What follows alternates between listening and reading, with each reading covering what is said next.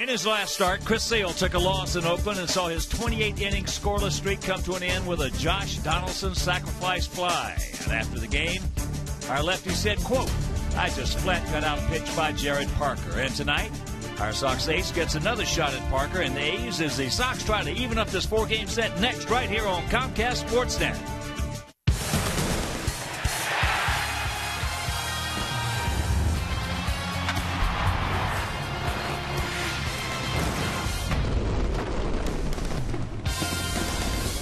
We are coming to you from the city beautiful Chicago, Illinois, where tonight Comcast Sportsnet presents White Sox baseball. It's Chris Sale, Adam Dunn, Alex Rios, and the Sox as they get set to butt heads with Bob Melvin's red hot 17 out of the last 20 Oakland Athletics.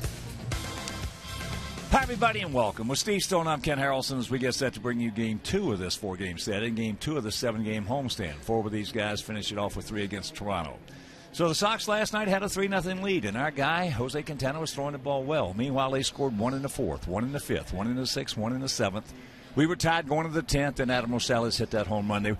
They won that ball game 5-4. But one of the guys that's been doing it for us each and every day, and last year as well, has been Alex Rios. The best player on the field in a Sox uniform is going to be Alex Rios, and he's got 8 outfield assists. He leads the major leagues in that department. Here making a big throw, cutting down a would-be scoring run.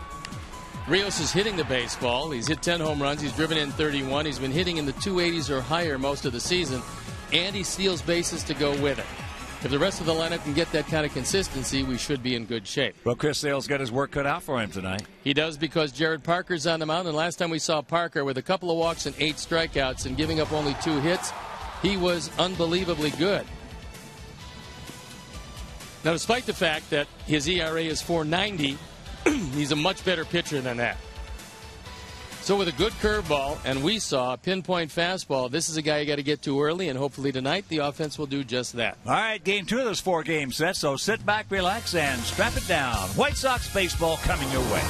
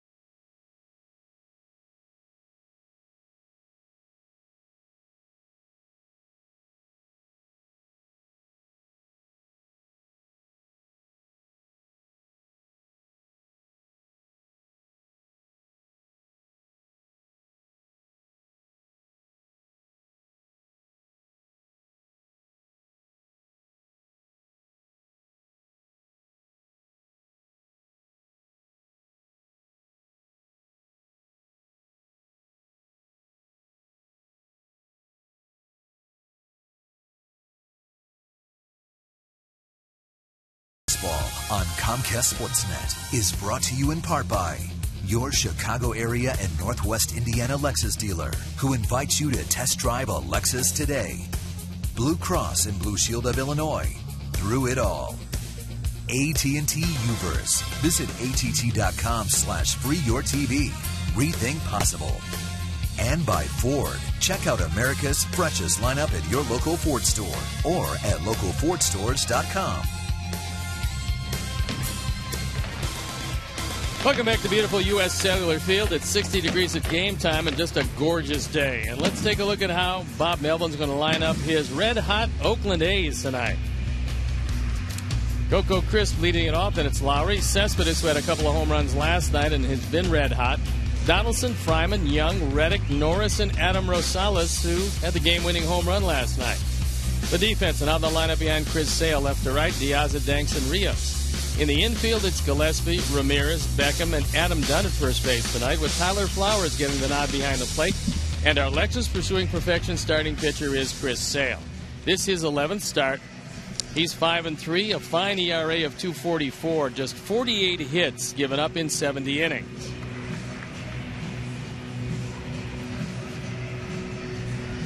The umpires for the game tonight: Jim Reynolds is at home plate, James Hoy is at first, John Hirschbeck, the crew chief, is at second, and Bob Davidson is at third.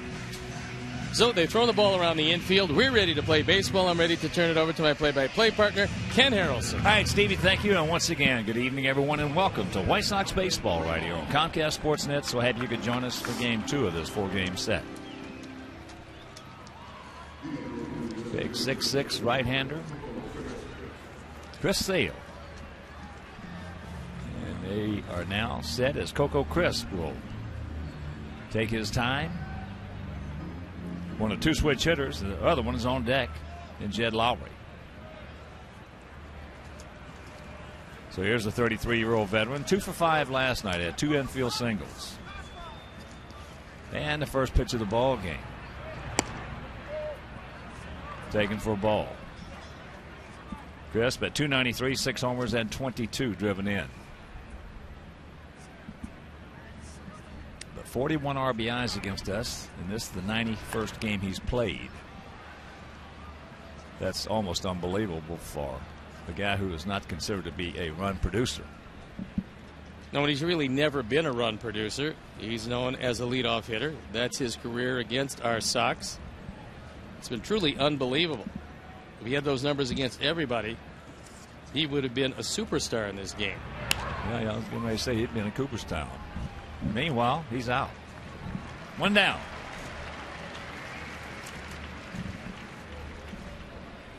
So here is Lowry. He was 0 for 5 last night. Jed comes in hitting at .312, 3 homers, but he's knocked in 24. This is a wonderful time to pitch because you just don't see the ball all that well. And last night, first 2 innings, nobody hit anything. And for Oakland, the first 3 innings, it was 9 up and 9 down. Lowry's had good success against Chris. 3 for 7. His errors a strike. And here at the ballpark, 330 down the left field line, 335 down the right field line, 375 in the gaps, and 400 straightaway center.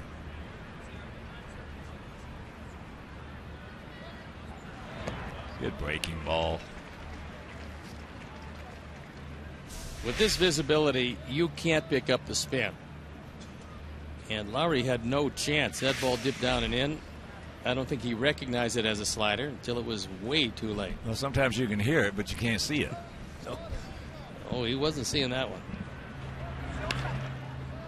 And that's in the right field. That's a can of corn. 2 down. And the skipper for the game tonight, Don Cooper. So it was Mark Parent last night as Robin Ventura was away at the graduation of his daughter. Don Cooper had a chance to run out the lineup card. Instead, he gave that honor to Jeff Manto, the hitting coach. So Coop's in command, and I can only imagine, knowing that Sale was going tonight, he said to Mark Parent, "You take last night. I'll handle Friday night."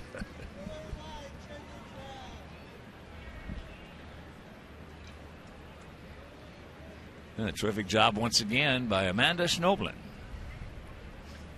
on our national anthem. As we're okay, We're going to get on the board tonight because the Bertucci boys are in the house. No brace on that right arm. See, yeah. After only 12 He's a surgeries. handsome man. He's looking good. Bobby Bruno and Handsome Anthony.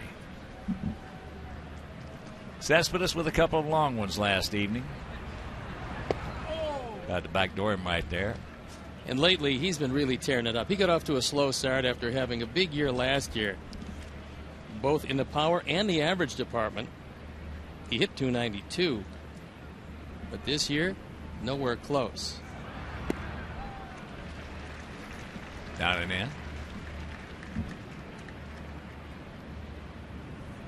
Last night, a home run to left center and a home run to right center. That one particularly impressive.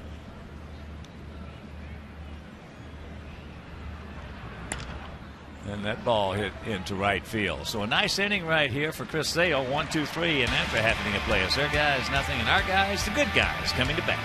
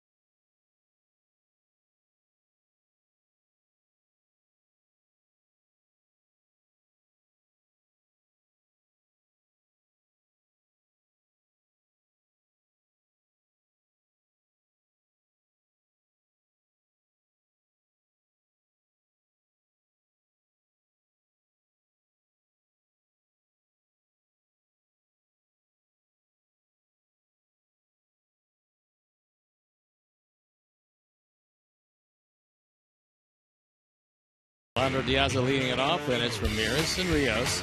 Adam Dunn in the cleanup spot. Viciano, Gillespie with Gordon Beckham, Jordan Danks, and Tyler Flowers rounding it out. The defense and how the lineup behind Jared Parker left to right. Young, Crisp, and Reddick in the infield. Donaldson, Rosales, Lowry, and Fryman. Derek Norris behind the plate, and our Lexus pursuing perfection starting pitcher is Jared Parker. On for his 13th start, the ERA a lot higher than you would think with the stuff that this young man has. Left-handers have really hurt him. He does have a very good over-the-top curveball to go with a fastball that sits regularly at 93, although he can get it up there a little better than that. Former #1 pick of the Arizona Diamondbacks came over in a trade for Trevor Cahill. He's turned out to be a pretty good one. Well, he was Mr. Baseball in Indiana. Now resides in Bluffton. As there's first pitch strike to Diaz. And before we show you our picks to click, you at home select yours.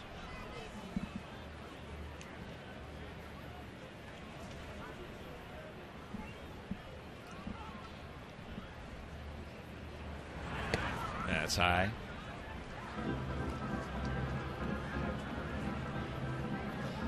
Of course, Alejandro 3 for 5 last night, extended his hitting streak to 8 games.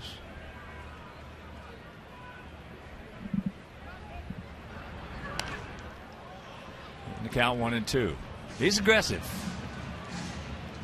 You don't find many #1s that aren't aggressive. Bill Oakland traded away at the time, and still a bona fide 2 or 3 major league starter. They got a piece of the future in Parker, and now it's coming to fruition. 1 down.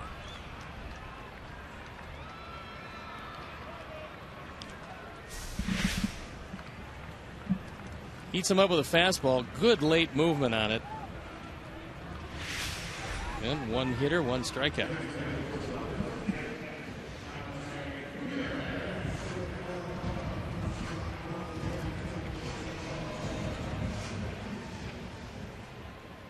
So here's Alexei.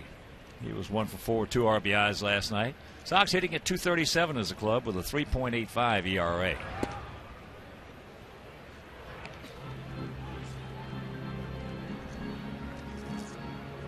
Terry Parker, 24 years old, 6'1", 195.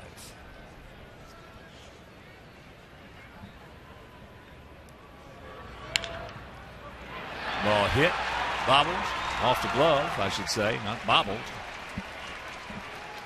That ball was hit hard. It was hit hard. It was right at Donaldson, and it should be interesting to see how they rule it. I would say that's an error because Major League third base. And he never got a glove on it. It hit him right in the ankle.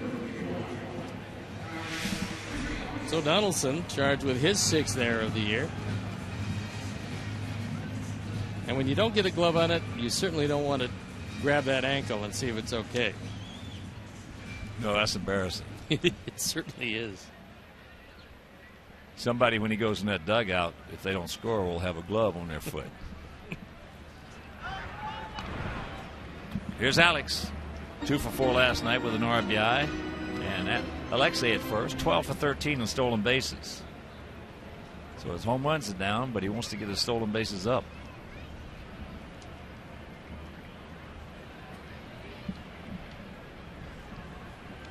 Norris throws pretty well.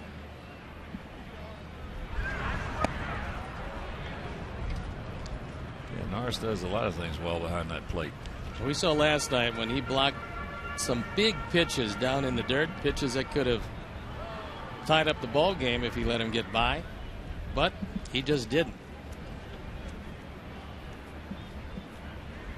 Fryman a huge target at first. He dwarfs Alexei. Alexei not a short guy. Fryman 6'8".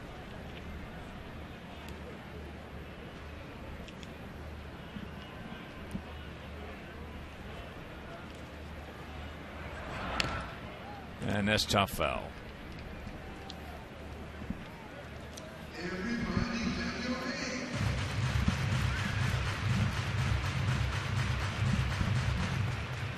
And hopefully we will have Doug Lawman for you if he gets here on time for the game later on. And of course, he's our head of our scouts, and we'll discuss yesterday's draft. And that's a souvenir right side.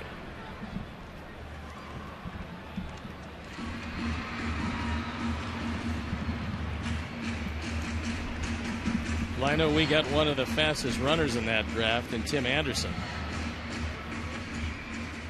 And at only 19, 6'1", 180, he's got some growing to do. He already, besides his speed, projects out to have some power.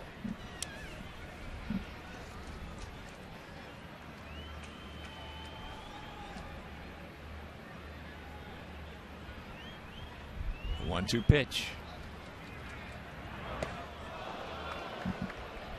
That was a straight change that just came out of his hand wrong. Went up and in. Oohs and ahs from the crowd, but no intention here.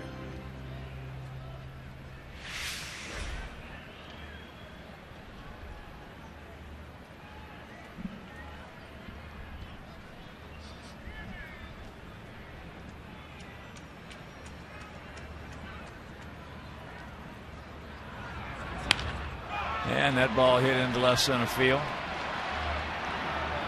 They got a man there. Chris Young. And with 2 out, let's check out our Farmers Insurance picks to click tonight. Jim Angio, our director and recruit, with Beckham. He's going with Diaza.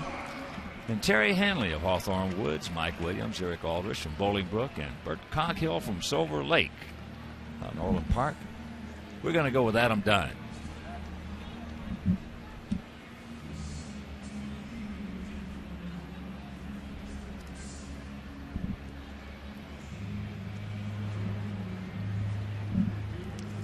Adam, 0 for 5 last night, and we thought he had a game winner in the bottom of the 10th. But the wind knocked it down. It was a high drive and kept it in the park. Takes first pitch strike. Adam did have a double against Jared Parker in Oakland. So having seen him already once in a very short period of time generally favors the hitters.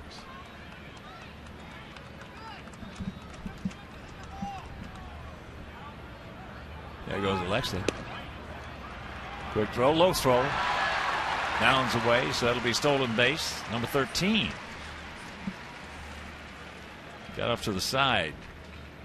Derek Norris got off to the side of that one. Yeah, generally when you sidearm the ball to second base, you're going to get that tail toward the first base side. And that's exactly what happened. Rosales was able to knock it down, but couldn't corral it. Well, the throwing motion was shades of Thurman Munson, but the results weren't. And Thurman didn't have a great arm, but he just got it to second base before the runner. Yeah. 1-2.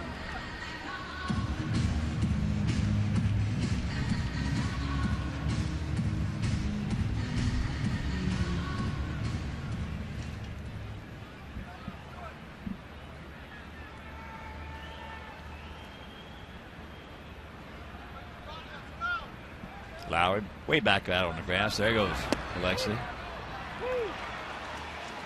And he is called out, and that'll retire the side after 1-0 score.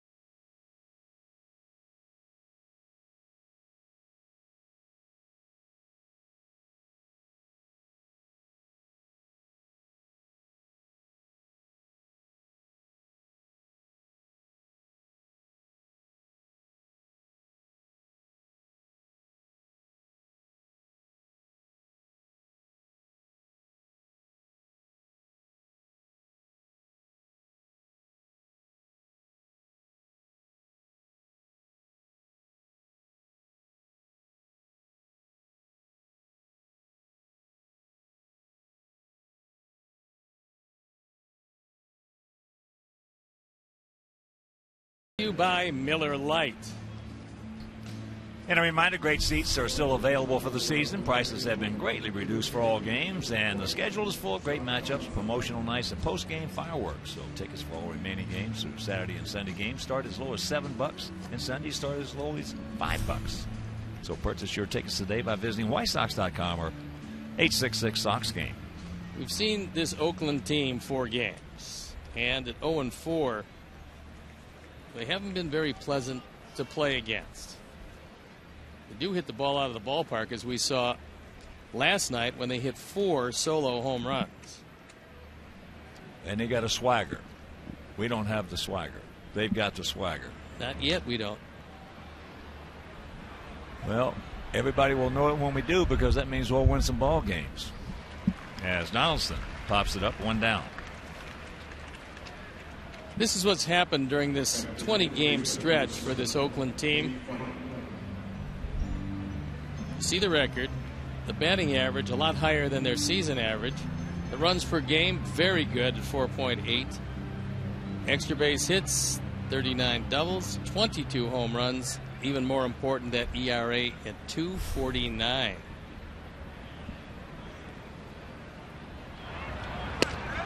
First pitch strike to Nate Fryman. He was 1 for 3 last night, and he's 1 for 3 lifetime off Chris Sale.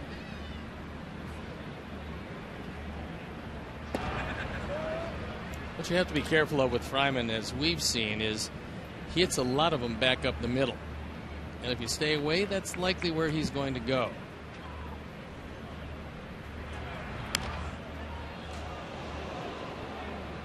Nice catch off of Karam from one of the seats. So everybody okay?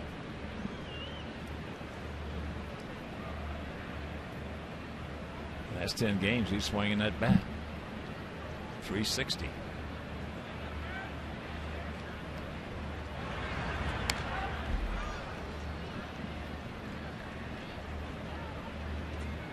He's in a platoon system with Brandon Moss at first base. And the right-hand hitter in a platoon system normally plays only 25% of the time. Against our ball club, we've seen a lot of Fryman because we run a lot of left-handers out there. That breaking ball for a base hit. So you can cancel the post-game show.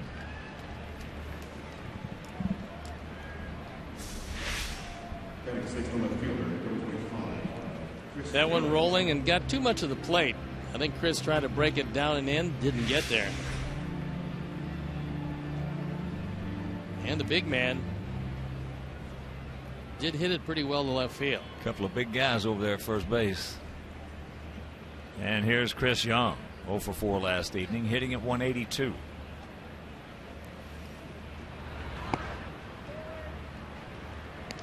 Yeah, you can walk into a ballpark a lot of times when you're not playing that well, and you can just feel the other team's swagger. It's in the air.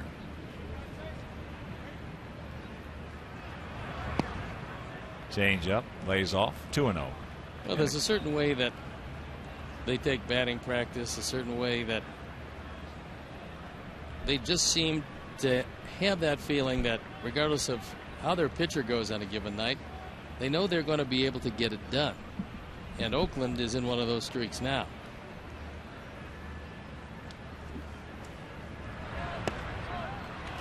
Change up again, and the count 2-1.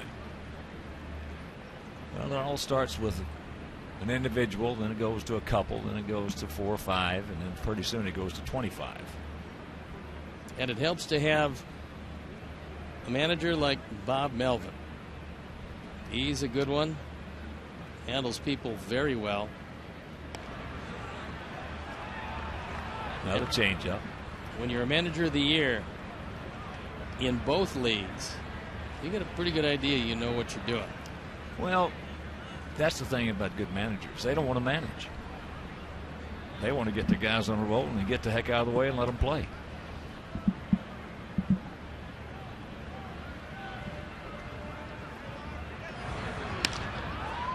That ball in the right center field. We got a man there. 2 down. Yeah, then you got the other side of that page. You got managers who want to micromanage every pitch. They'll do that. They'll have a lot of meetings, and you've said it many times. You have too many meetings, you're probably not going all that well. No. And he's probably going to get fired.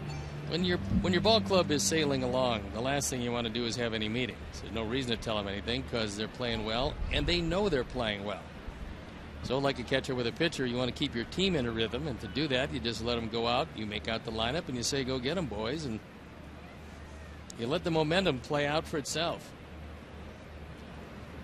I think I told you the story about Bob Lemon when he took over the Yankees, and they were out of it for the most part, came back into it, and finally won it. So the last series we played him, I went up to Lem, and I said, boy, you're doing a heck of a job. He looked at me and started laughing. He said, Hawk, he said, the only thing I'm doing is making out the lineup card and sitting down and watching a Major League Baseball game. I had Bob Lemon here. He was the manager of the Southside Hitmen. He was a great guy, number one. He was wonderful to play for because being a pitcher and a converted outfielder to a pitcher, he just understood what everybody was going through, but he wasn't an intrusive manager. Ball gets away. That's most likely going to be a wild pitch.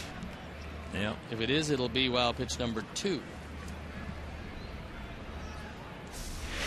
No, it goes as a pass ball. Once again, Tyler Flowers tries to backhand that ball. And anything to your left that a catcher tries to backhand, odds are overwhelming.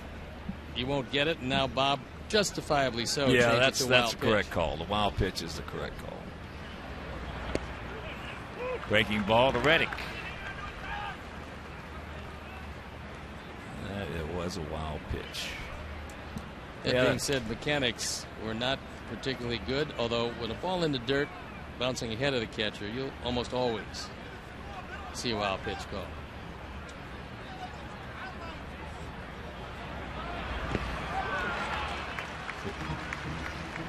He gone, and it'll retire the side after an inning and a half, no score.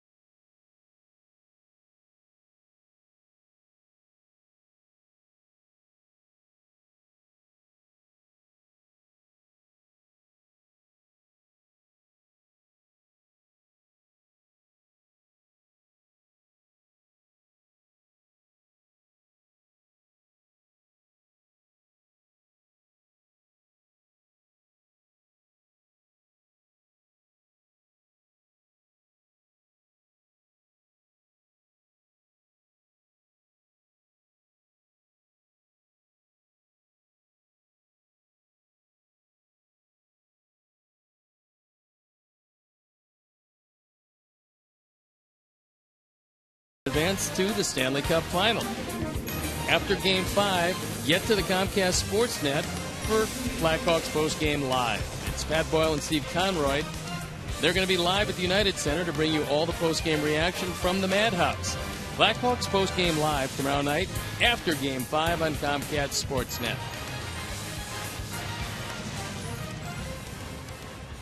And Viciedo, the tank, will lead it off here in the bottom of the second.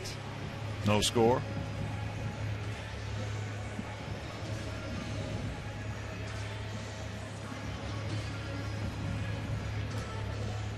Tank, the DH tonight, hitting at .239, 4 homers and 13 knocked in.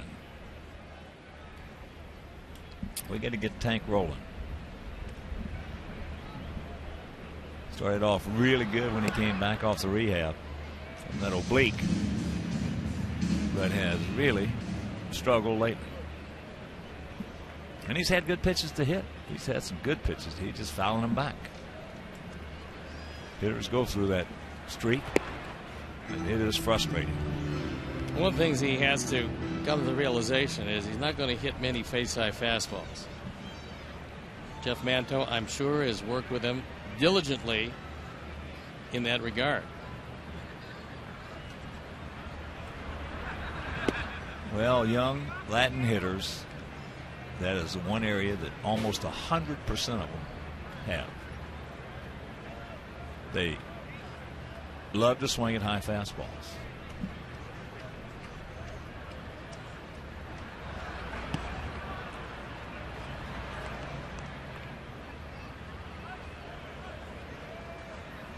That's what he's done during the course of his career. Granted, the career is in the infancy stages, and he's got all kinds of tools. And that's into center field.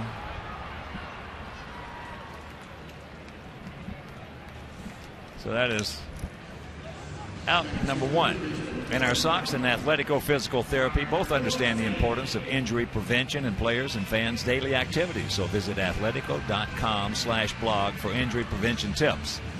Athletico Physical Therapy, the official physical therapy provider of our White Sox. Athletico, better for everybody. So here's Gillespie. Hitting at .260, 3 homers. He's driven in 10.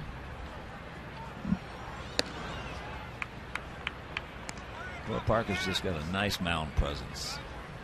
And he's got a great changeup because it's the same release point as his fastball. You can't read it. And before you know it, you're well out in front of it.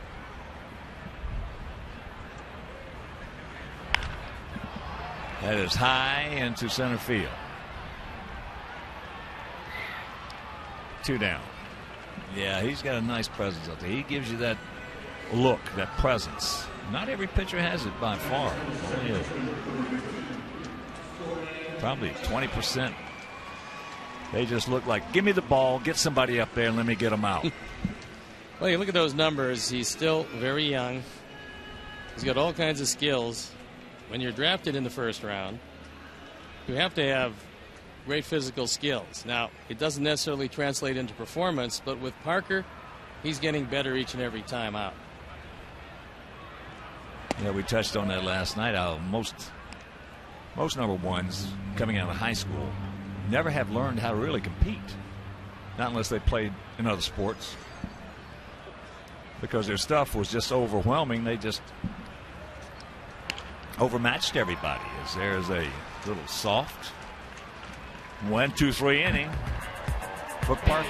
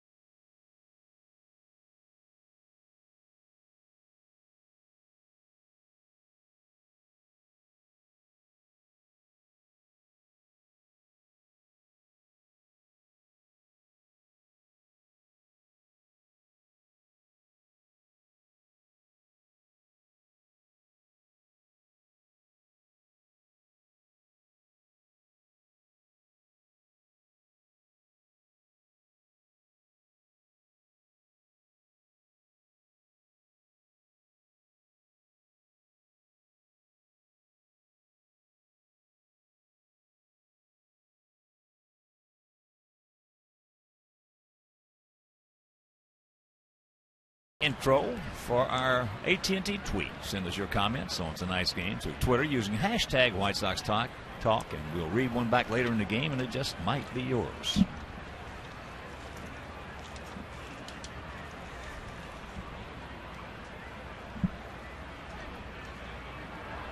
Here's Derek Norris.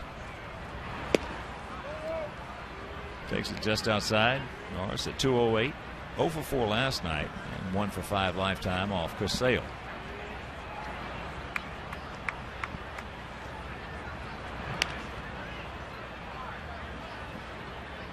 Norris built like a former, in years past, major league catcher for several clubs. A guy named Clint Courtney. I don't think Clint was that tall, was he?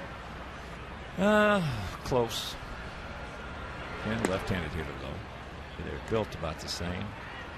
Took a good shot last night from Tyler Flowers and did just a great job of angling his body, turning away from the contact after making the tag, and he didn't absorb the full brunt because Flowers was trying to run him down.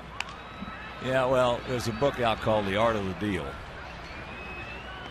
And what Norris read was the art of taking a hit. Hey, you can't just stand there flat-footed and take a hit, or you're going to wind up in the dugout, the on-deck circle or the dugout. 1 out. And here's Rosales, last night's hero. He was 2 for 4, a homer. That coming in the top of the 10th, right down the left field line. Hit it so hard it didn't have a chance to get foul, which we were hoping it would. He also had an RBI double. I talked with Adam before the game. His mother is a huge White Sox fan. He was born in Chicago. I said, well, she's got to be very disappointed in you with that game-winning home run. Well, she should be. And I said, you must have been looking inside. He said, yep. He said, I was cheating a bit, knowing that if I didn't look inside, I wouldn't be able to hit a Thornton fastball.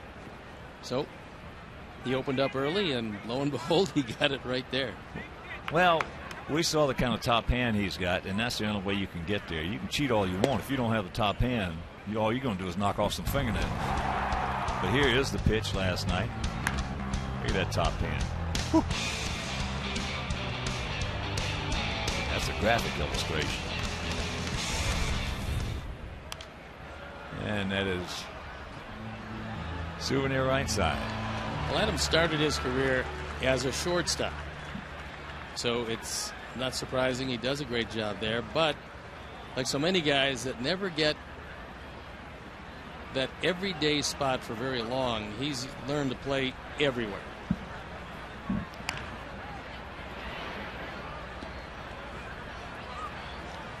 And Hooks that one foul. You saw by that graphic that he's one of the few guys around that doesn't mind seeing Chris Sale. How many guys have, even in a limited sample, that kind of numbers against Chris?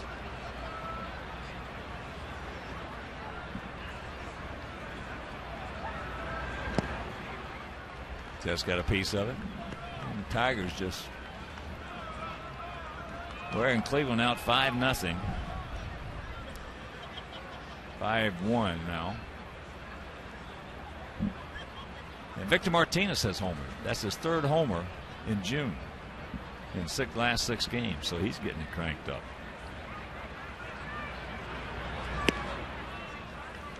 Change up.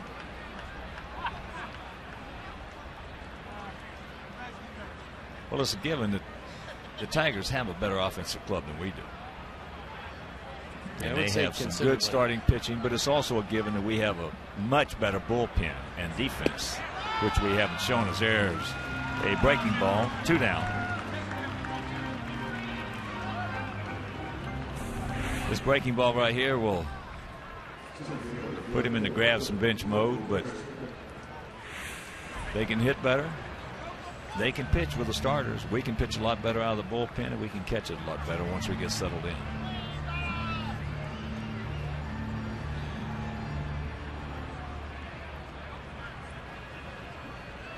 Of course, Jake on the DL.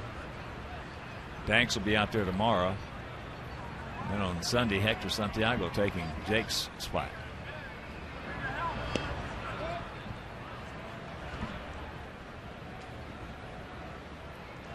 Tell you, the guys made 2 guys have really made a big difference in that ball club, that Tiger club. That pickup of Infante last year gave them a little range in that infield, which they didn't have. And Torrey Hunter. He's going to help out Austin Jackson when he gets back, to the extent that come August and September, Jackson will have something left in that gas tank. His there's a strike. Because last year he was covering center, right center, and left center. Their lineup, top to bottom, is one of the best lineups around. Oh, yeah. And their starting rotation goes 4 deep, and they're better than a whole lot of teams. Oh, yeah. Oh, yeah. Yes, that's in the right field. So we have concluded 2.5, still no score.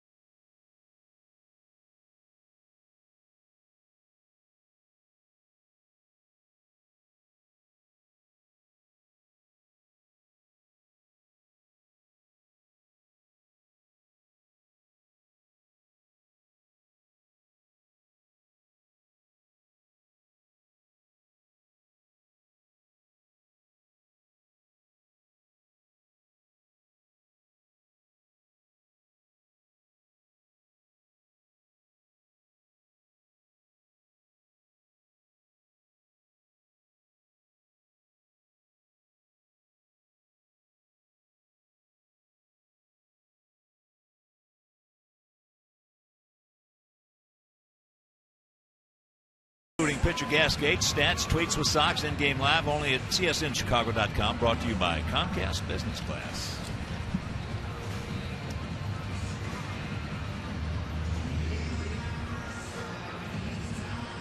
Jordan Banks will lead it off. Yeah, Steve and I were just talking in the break there. Tigers probably have the best starting staff in the major leagues. They're 5 guys. And I'm not sure how many can compare with them. The top 4 are terrific. When you consider the Rick Porcello, would have to be your number 5. Yeah. There's not many to equal that or come close to it, as a matter of fact. Well, the problem that is theirs. Yeah, if those 5 guys would complete 7 or 8 or 9 games each, it's not going to happen. That's right. So the bullpen's got to take over, and that's where we get them. If we play well and do what we're supposed to do. 1 out. So far, that has not happened.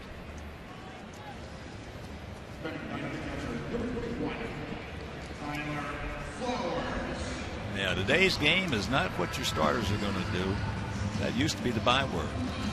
You're only going to go as far as your starting pitching. That is no longer the case. You're only going to go. The starters are only out there to protect the bullpen.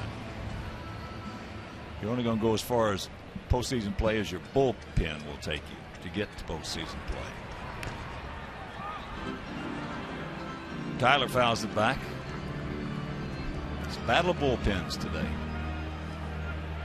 Well, Detroit's fielding, amazingly, second in the American League. Only 1 error behind Baltimore. Well, they don't get to a lot of them, however. Well, that's the whole key in the infield. The whole key, though, has been that outfield is immensely better defensively than it was last year when they had Brennan Bosch in right and they had Rayburn in left and Austin Jackson in center. Now they got Torrey out there to settle things in. And they got Dirks, who's playing a pretty good left field. So they're much better in the outfield than they were.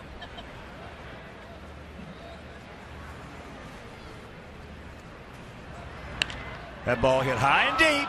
Stretch. Chris back in the wall. Jumps. Looks up. You can put it on the board. Yes. Number 5 for Tyler, and the Sox take a 1-0 lead.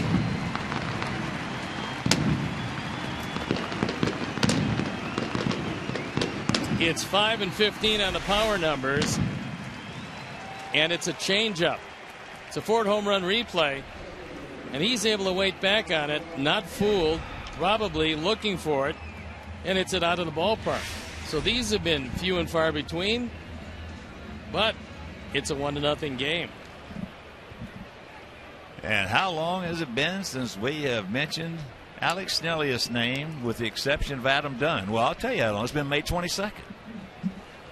Yeah, unfortunately, in that department, he's kept a few bucks in his pocket.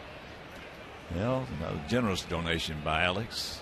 It has been White Sox Charities.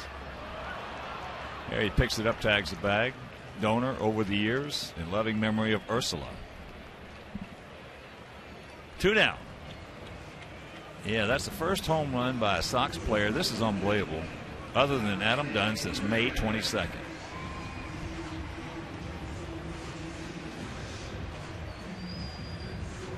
This is a team because it's not a team at great speed.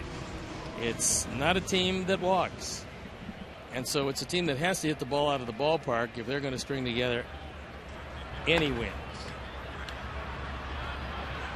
Donaldson's got him this time. Last time he just scalded one down to Josh, who booted it. Meanwhile, a home run by Flowers and his 1-0 good guys.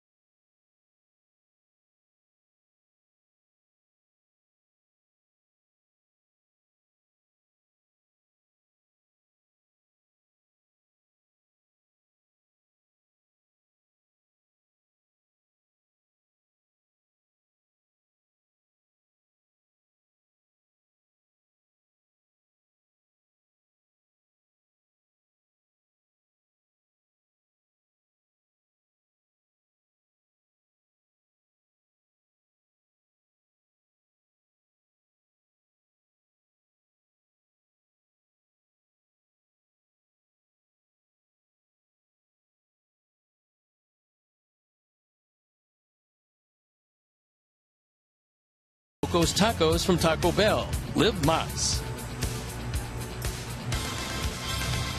And Wednesday, July 3rd, come see our Sox take on Baltimore. The Orioles at 6:10. All fans are invited to stay for a post-game fireworks show presented by First Merit Bank. First Merit Bank, how can we help? Purchase tickets today by visiting whitesox.com or 866-SOX-GAME. It's now a 5-3 game there in Detroit, bottom of the 5th inning. Cleveland coming up. A few tallies.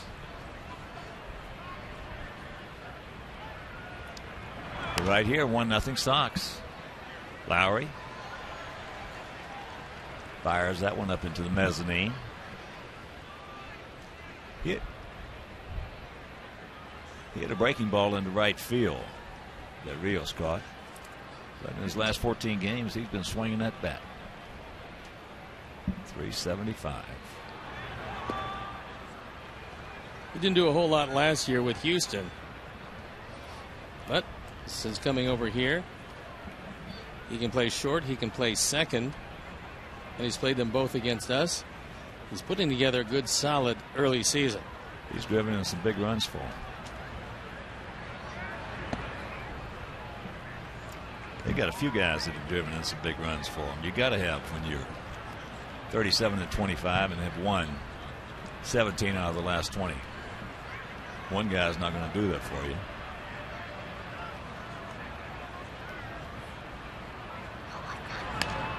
There's a little soft duck snort caught.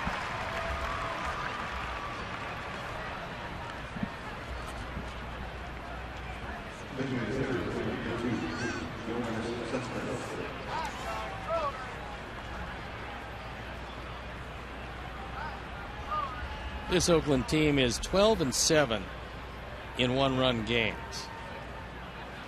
And in order to do that, number one, you have to have pretty good pitching, but also you have to have very timely offense. They've hit 62 home runs this year.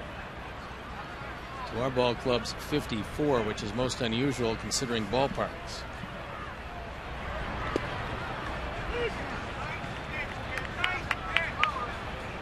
Cespedes didn't like that call, but it was a good one. That ball had the whole plate. Last year they were 25-18 in one-run games, and that's the secret to winning a divisional title. Is you got to win in your division, and you got to win close ball games. And they won a whole lot of them in their last at bats, so it was just a miraculous year for them last year. Well, they were second in the league in last at bat victories. They had 24. Baltimore had 25.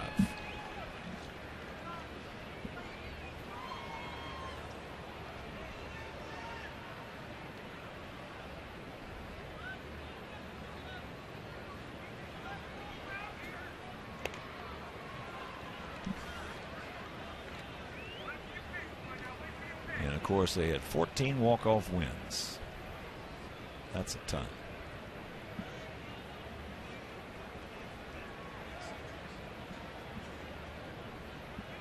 The 1-2 pitch. That fastball at 94.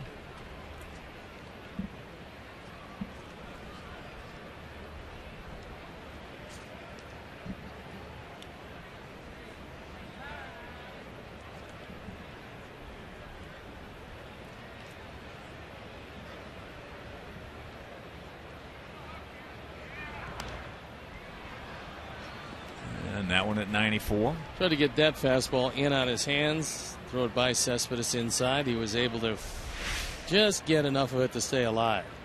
Good location.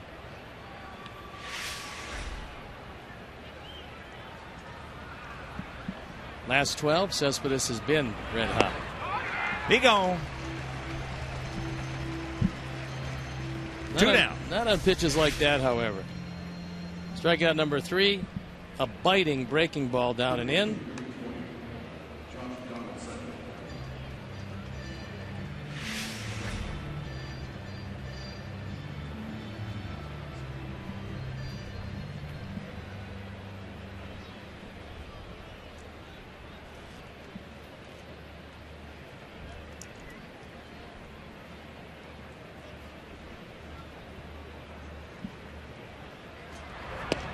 And there's strike one. Donaldson popped up to Diaza in left field.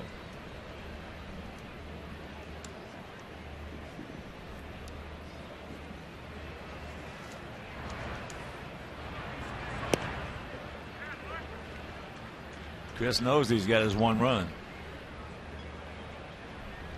Oh, he'll get a few more tonight. He got a pitch like he's got this one run, though.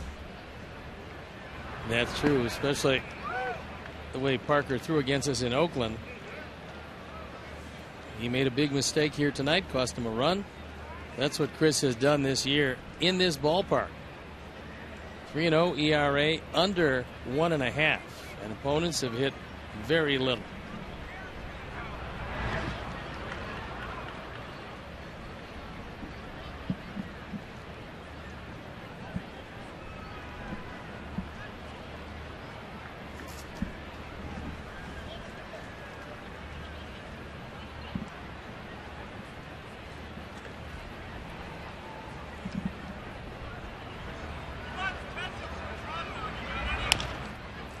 Little soft comebacker. And that'll do it. We go to the bottom of the fourth, leading 1-0.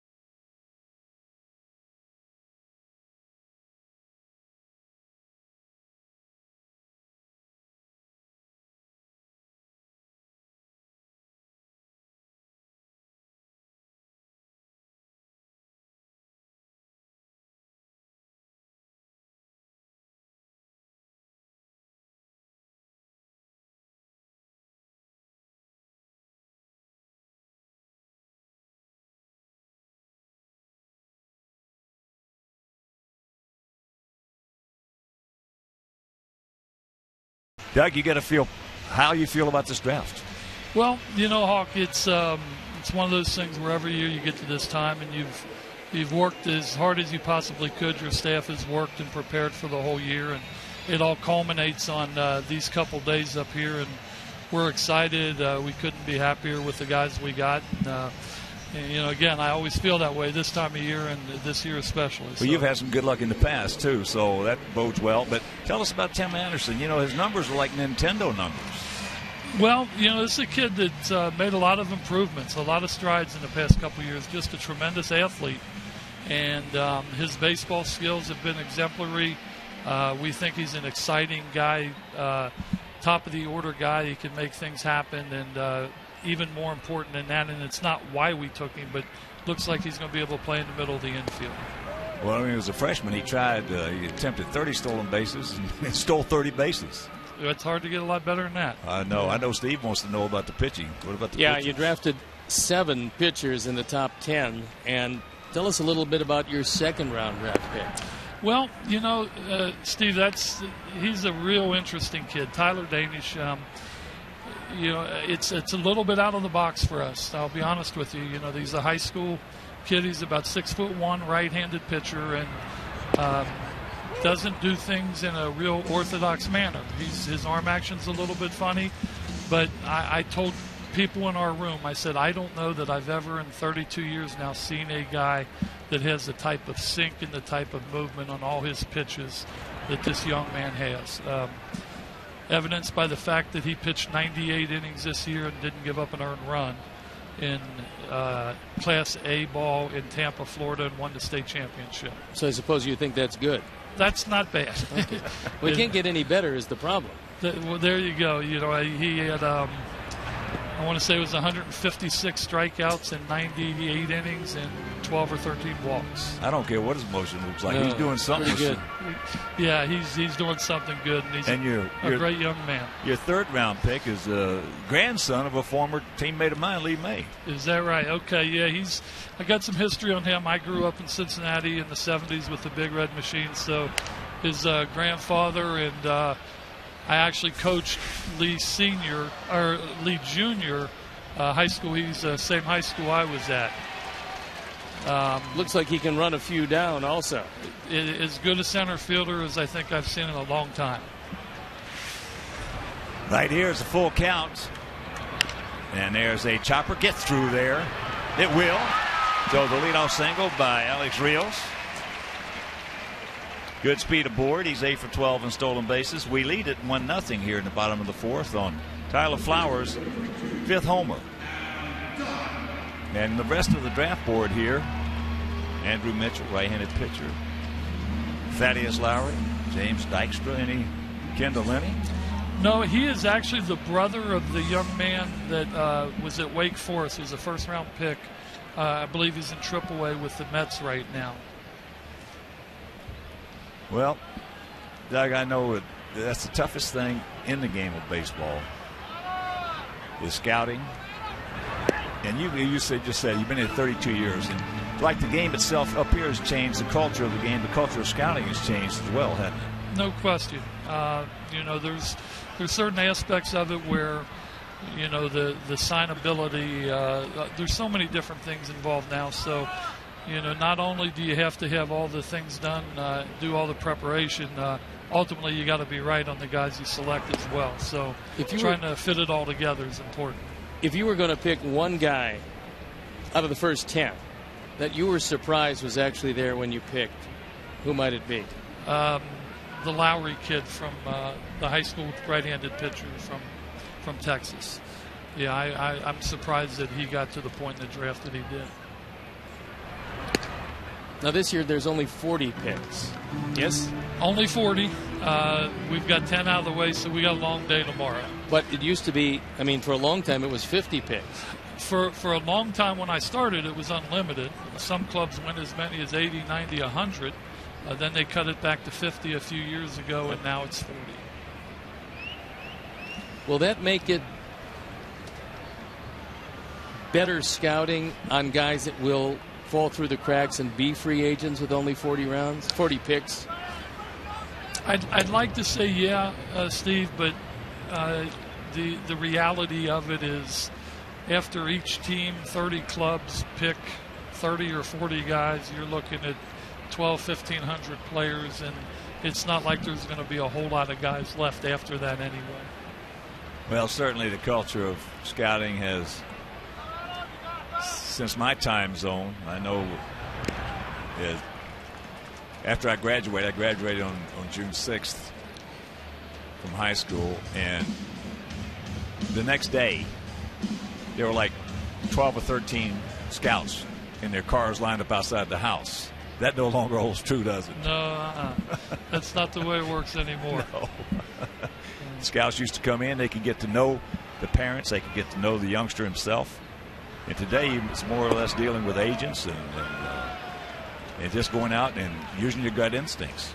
Yeah, there's no question it's changed. Again, in the 30-something years I've been involved, it's changed a lot. But, ultimately it boils down to taking the right guy. And that's what the challenge we're faced with, and hopefully we do a good job with it and continue to try to do a good job with it. Doug Lawman, we are happy that you're here, buddy, and you've had good success in the past, and hopefully we'll have you. There goes Alex. Delayed. That ball into center field. So now he'll move into third. Stolen base and the error. But thanks for stopping by and continued success, and we hope you have a good luck in this one. Thank you, Hawk. I appreciate it. Doug Lawman, our Director of Amateur Scouting, which is the most important department that a Major League team can have.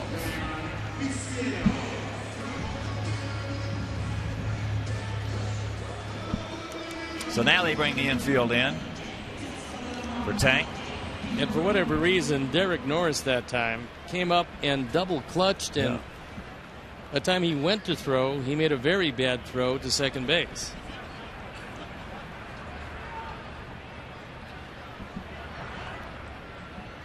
Norris with his first error of the season, and that is popped up into left center field, but with Rios at third and Chris Young, his arm, he will score. This is a 2-0 ball game.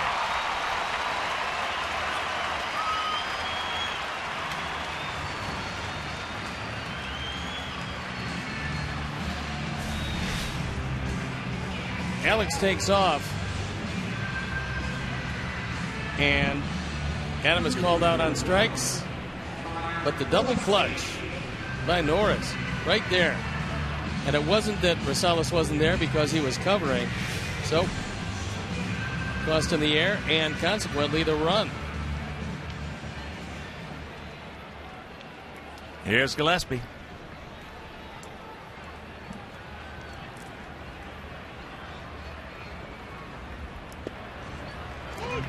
Well, 100 years ago, the heart and soul of baseball were the scouts, and they still are.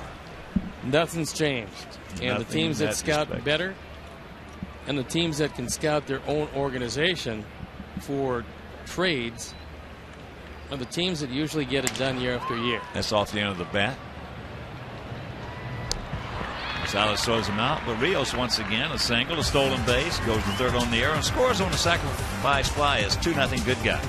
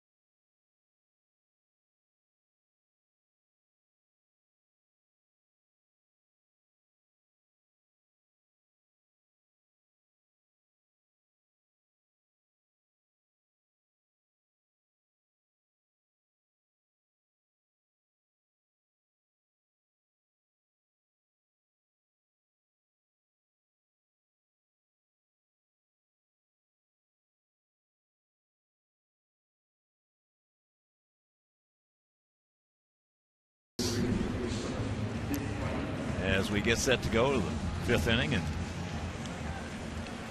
this game, I want to thank Doug Lallman, who's the director for amateur scouting for our White Sox, and some of the other guys that he and his staff have drafted: Gordon Beckham, Jordan Danks, and then of course from the 2010 class, Chris Sale, Addison Reed, and prior to that, Brandon McCarthy, Ryan Sweeney, Chris Young. So Doug has certainly done a good job. As there's a breaking ball, that's to Fryman, who hit a breaking ball for a base hit, the only hit they have. That was in the second inning.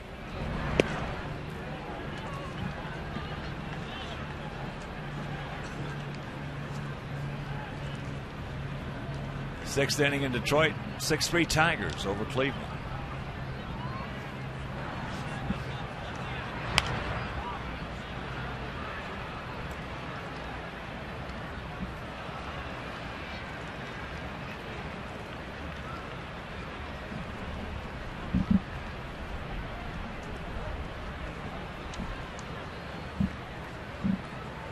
Plus the fact scouting is very, very difficult in another area as opposed to years past. You don't know how some of these young offensive players are going to take to the wooden bat. No, it's gotten a little bit better. Number one, they do have wooden bat leagues during the summertime, and number two, they have kind of taken down the bats. They're a composite bat now instead of straight aluminum, so they're not quite as lively. But until you put the wood in a guy's hand, you're not going to know how it's going to translate until he gets in those leagues. And the guys that don't play in the wooden bat leagues, then it becomes kind of a guessing game. Well, you're right. It's a heck of a lot better than it was, say, 10 years ago. Yeah.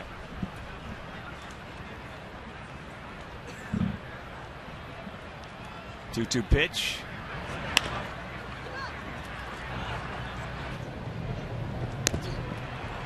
And that is out number one.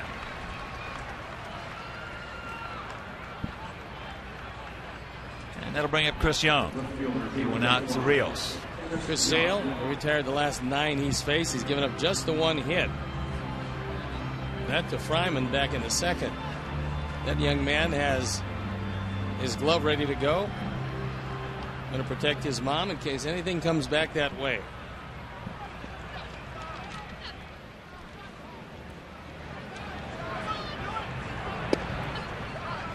Starts him off with a changeup.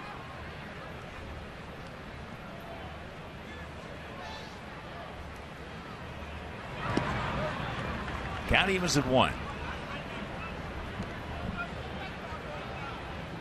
As I mentioned, tomorrow that's a 3:10 start. Make your plans to be with us here at the ballpark. Johnny Danks against Tommy Malone. Oh, there's a nice little Hawthorne Woods bounce. Comes up for him. 2 down.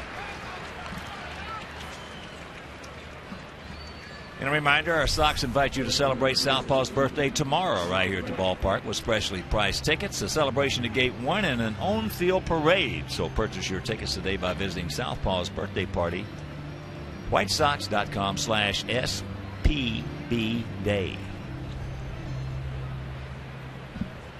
Oh, the paw is doing a good job.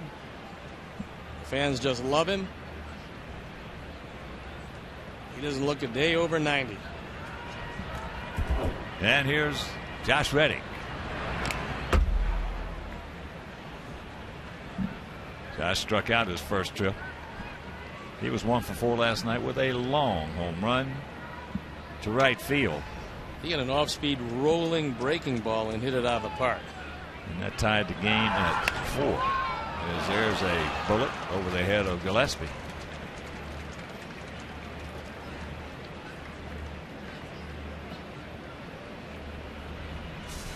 Second base hit of the game. This one the opposite way. And Reddick trying to come back from that wrist injury.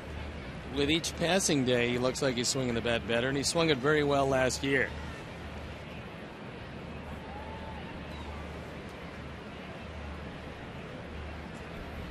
.32 home runs last season.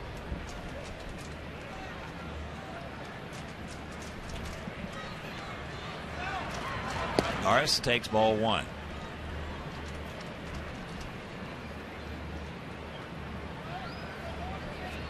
Pretty amazing stat. Just the 4th hit by a left-hander against Chris Sale all year.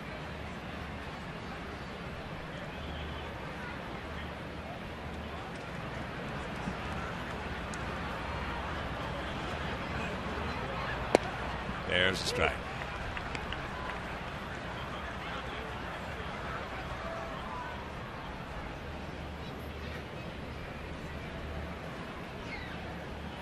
About ready to deliver pitch number 71. Has yet to walk a hitter.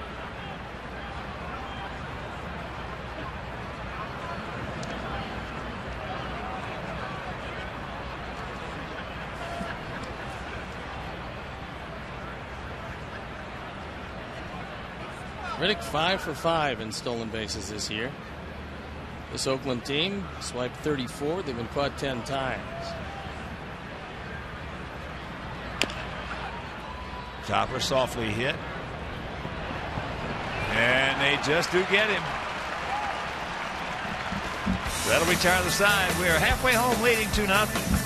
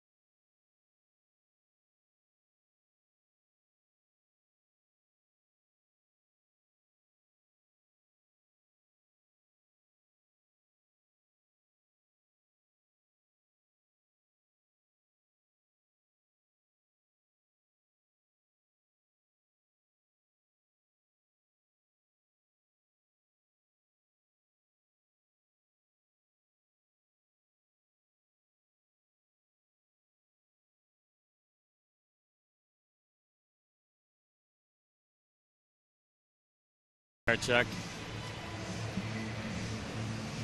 Time now for our Avis super slow-mo replay, and you'll see Ramirez gets him by an eyelash right there, just ahead of the sliding Reddick, and a good call by John Hirschbeck.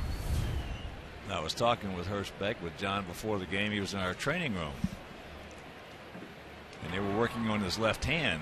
The other day, when he was behind the plate, he tried to stop a 100-mile-an-hour fastball with his back of his left hand, and that didn't look too good. That's not a great idea. No. That thing looked ugly. Well, I'm sure Hermie took very good care of him, and they'll be amputating that in a week or so. There's a line drive base hit by Becker. So a good way to start. Gordon got another one up in the zone. So a couple of changeups. Hit hard. And high changeups are not real good for the pitcher, but they're very good for the hitter. And I think it helped that we were able to see Parker's changeup less than a week ago, and I mean, as a ball club, they saw it, and tonight they've recognized a couple of them. Well, he didn't get any upstairs out there in Oakland. They were all from the thigh down. A lot of them diving out of the zone, but very effective ahead.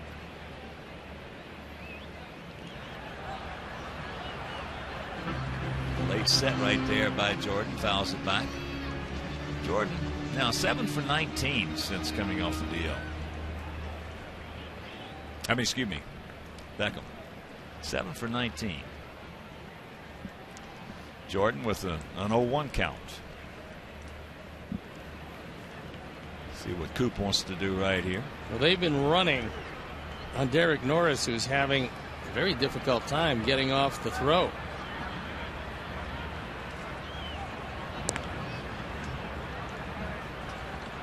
Two 3-0 for our guys. 0-2-2 for their guys. Throwing error by Norris led to a run.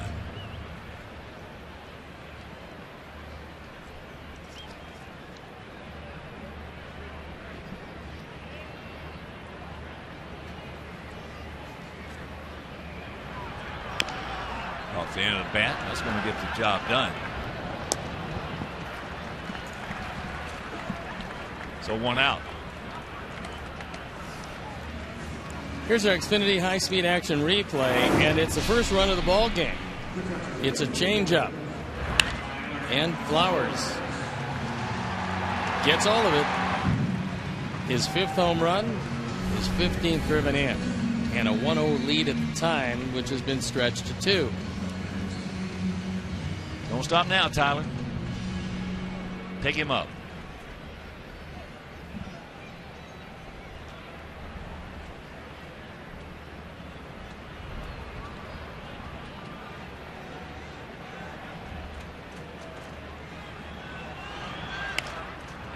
There's a little clue. Oh, yes, it's going to fall.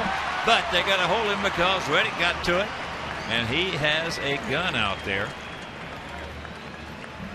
But 1 out, runners at the corners. Gordon had to hold up. You can't just take off because you don't know if this one's going to get over the head of Lowry and in front of Reddick. But we do know one thing after watching Reddick last night in the 5th inning. You don't want to test that arm. Not when he's coming forward and has all the best of it. And Gordon takes a look. He can't go full speed. And then wisely, Joe McEwing holds him up.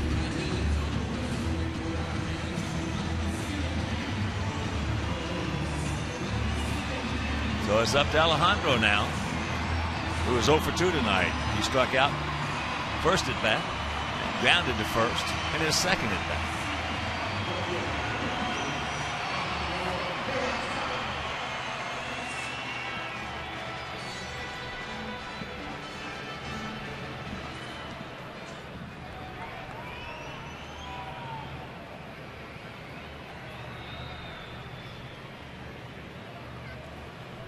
Those signs given by Norris are to the infield. See if he's going to throw through if Tyler does go, or if he's going to fake the third and hold it.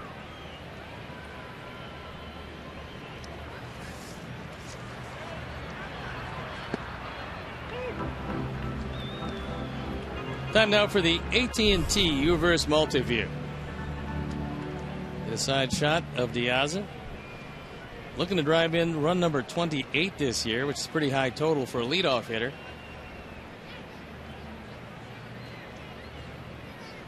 And Cespedes not in left field means you can run on Young and Crisp. Not so much Reddick.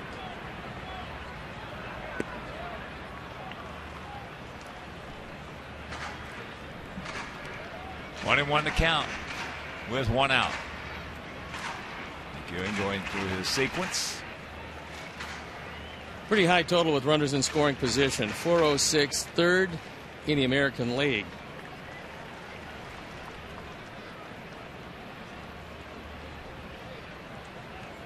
Donaldson Eden with the bag right at the cut of the grass at third.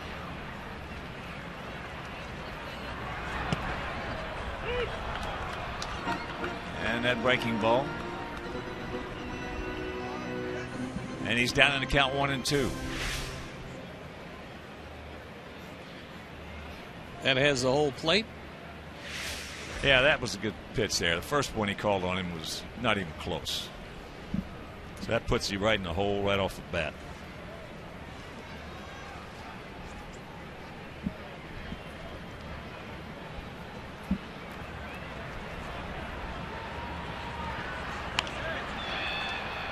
And that's in the short center field. Beckham is going to tag. And here he comes. And the throw is safe. It is 3-0. Tyler tags and moves into second with that high throw by Crisp.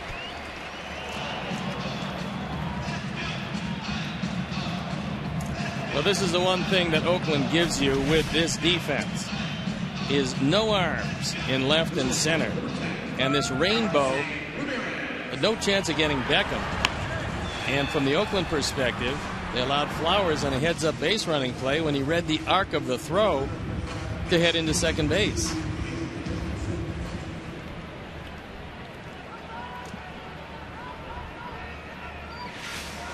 So here is Alexei. Well, he's 0 for 2.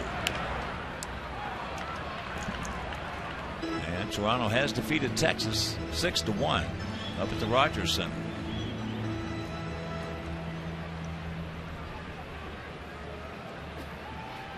So as we speak, Texas tied with Oakland.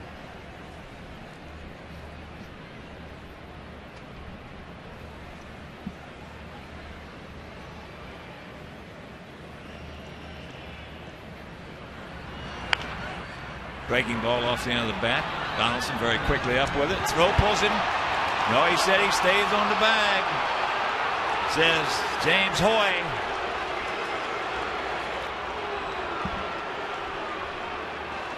And here comes Coop. As Hoy walking out to right field. Meanwhile, we'll go to the sixth, leading 3-0.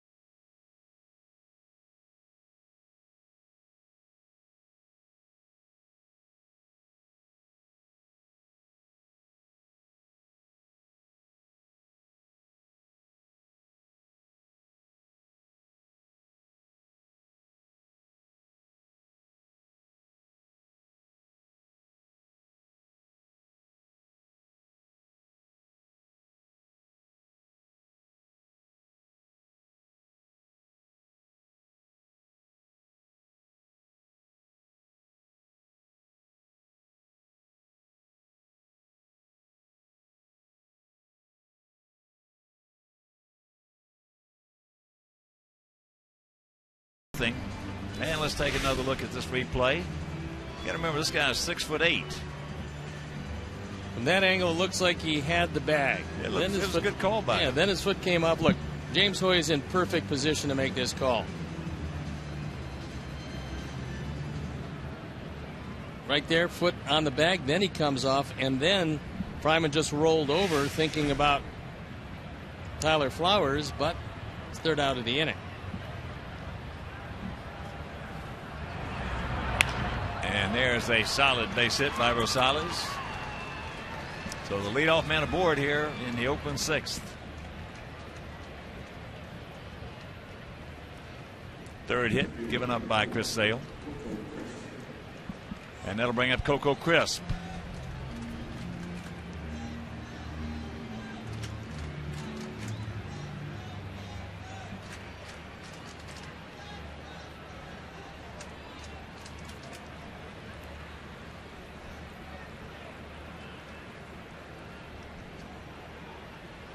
Crisp has popped the second and gone out to right.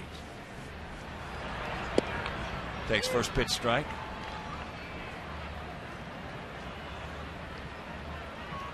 Tiger game down the bottom of the seventh. Detroit still leading 6-3.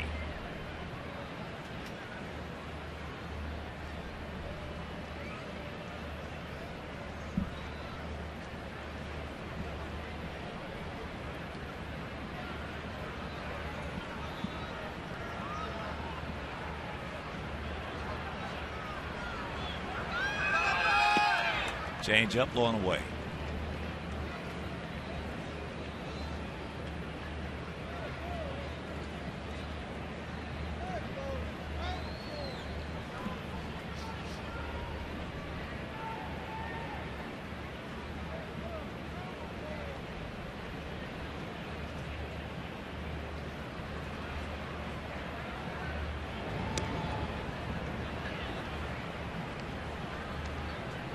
Sox with a run in the third. Home run by Tyler Flowers. Picked up 1 in the 4th.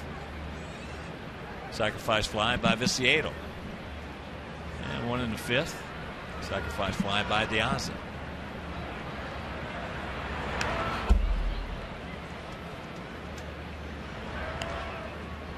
One and 2 the count for the 33-year-old Covelli, Lois,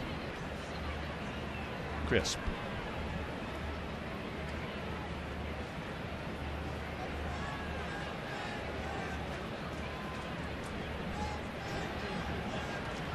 Wasn't the story that his dad was in the Army with a guy by the name of Covelli? That's what he decided to name him, which is how you get a nickname like Coco. Yeah, that came from the box.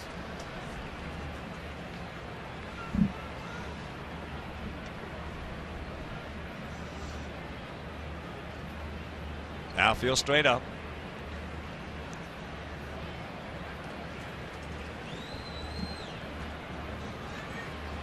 More home runs and RBIs against us than any other team he's played against. Out and around that one. Chops at 5.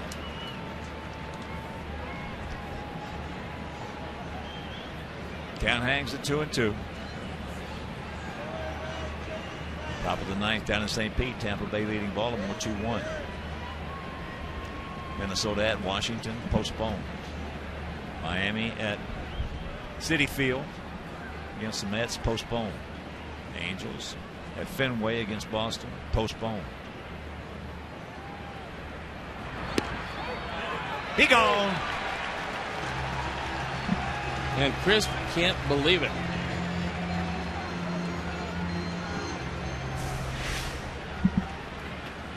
Take another look at it.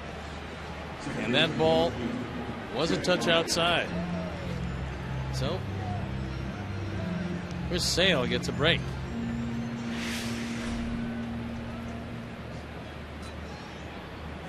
That'll bring it.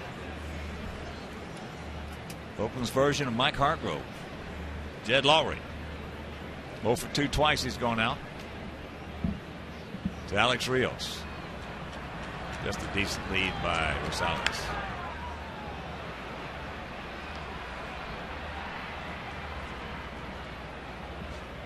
Three, 4-0 for our guys. 0-3-2 for their guys.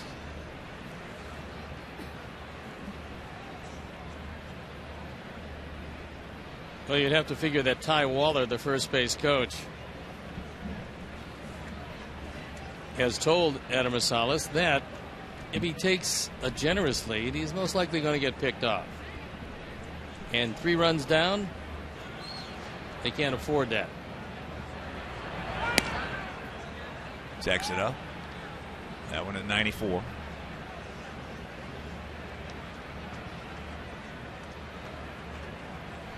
Bottom of the 5th in Kansas City. 2-1 Royals leading Houston.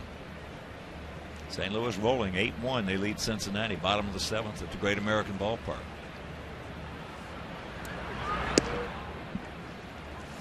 Two and 1. That St. Louis game, a showdown. Cincinnati 3 games back coming in. If St. Louis holds on, it'll be 4 against both Cincinnati and Pittsburgh, as the 2 teams in second place will be in a tie.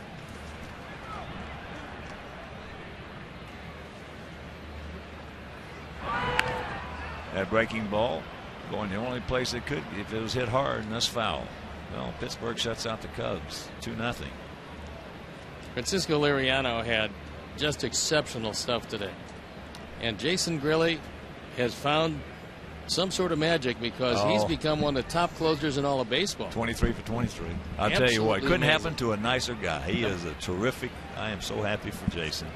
He is a terrific guy. He's always had a terrific curveball. Now he was the one I saw a couple innings, not a couple innings, a couple pitches from him. He was throwing 94. No, he was throwing hard, and you know, when they got rid of their closer Hanahan from last year, really had an opportunity to do something that he had never had an opportunity to do, which was be an everyday closer. And you never know how a guy's going to react. Well, Pittsburgh is where they are because of a pretty good team, but also because of Jason Grilli. And also their manager. Clint Earl is the right man at the right spot. He is under the radar as far as managers go to everybody except people in the National League. He did a nice job in Colorado, then eventually moved down to Pittsburgh. He suffered, you know, with a team that has 20 straight losing seasons. You can really suffer there. But this year, Pittsburgh got off to the great start. I think they got enough this year to put that streak to bed. There's a breaking ball for a base hit. Ball gets by Diaza, who now Lowry's going to have to pull up as Jordan got over there. He got caught right in between and couldn't do anything with it. But runners at the corners, 1 out. I think it's got to go base hit E7. For whatever reason, Lowry didn't take second base, which is somewhat surprising. But you have to account for Rosales going to third. So the tying run comes to the plate. Cespedes has gone out to right and struck out. Well, that's a break. Number one, you still are in a double play situation. Number two, base hit only scores 1 and not 2.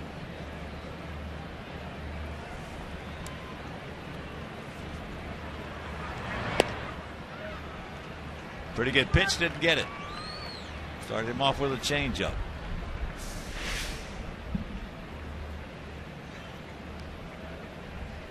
Good location. Didn't go Chris's way. Outfield straight up, spread out.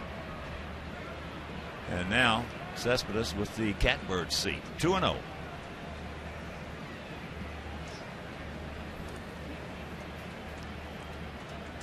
And here comes Bobby Thigpen.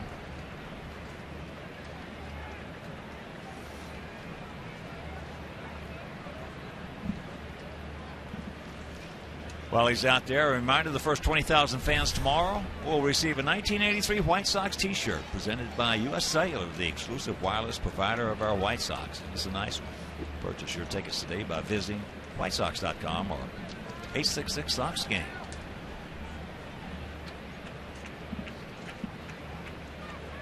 So we got a situation here. Cespedes at the plate with a 2-0 count, and you got Donaldson on deck. Well, Chris hasn't had any one big inning, but it's surprising he's at 87 with 1 out here in the 6th, considering he hasn't walked anybody, and it hasn't been a huge strikeout night for him. That changeup, and it's 3-0. And yes, I would if it were me. As strong as this guy is, if he gets something to his liking, you've got to turn him loose. With one swing can tie it up off this guy. But he walks him, taking all the way. And that will load him up. First base on balls issued. And here comes Donaldson, who has popped up to left and bounced back softly to Sale.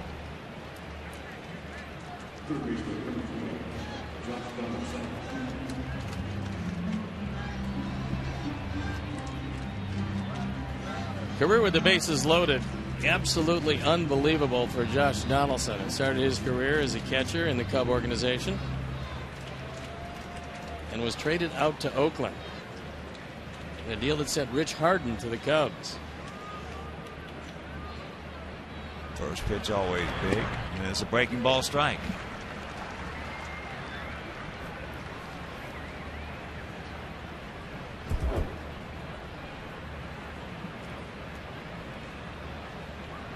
Great speed at first, not much speed at second, decent speed at third. And that fastball at 94 upstairs. Now a big pitch coming up, the 1-1.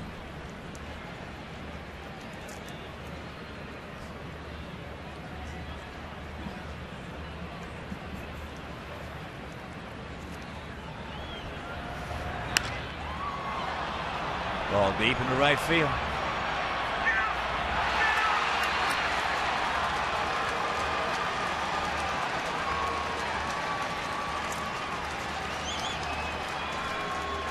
I love this game. We've seen a few too many grand slams in a very short period of time. And Donaldson, his 9th home run, he's now driven in 41. And just like that, Oakland takes the lead. A Ford home run replay. This one got up in the jet stream. And Alex just runs out of room. It looked fairly harmless leaving the bat. Didn't turn out that way. Breaking ball strike to Fryman.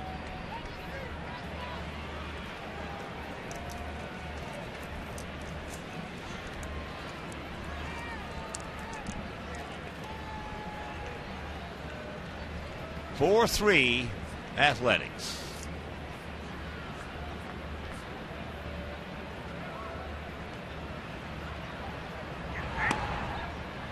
He gone. I'll tell you, if it's not Tom, it's Harry. If it's not Harry, it's Dick. Somebody, the way this Oakland club has been playing, is going to jump up and bite you. One of the things that Bob Melvin was talking about, and I talked to him before the game, was his ball club, their resiliency, and the fact that they never believe they're out of any game. Well, that's that swagger. That's that swagger. Grand slam. That ball hit hard. Meanwhile, a grand slam homer, and we trail it 4-3.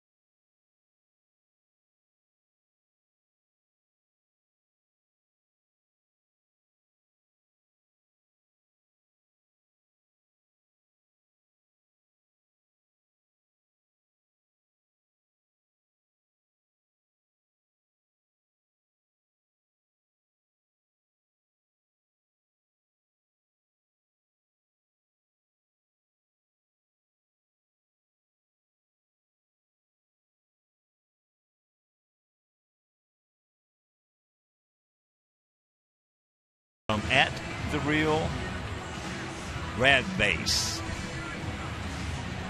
Love the addition of Tim Anderson. Should be solid in the future. Yeah, we can only hope.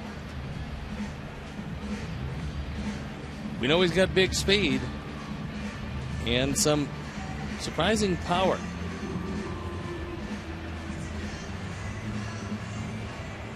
Little Robinson Cano in right there underneath. But right here we got Alex Rios at the plate. We trail it 4-3. Got him overmatched through 5. Lead at 3-0. Couple of hits, a walk, and a grand slam. Poof. You got to be bleeping. Man.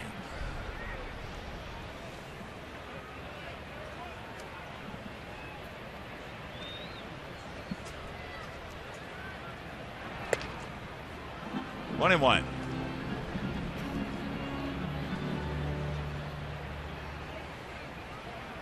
It's the most unhappy young left-hander.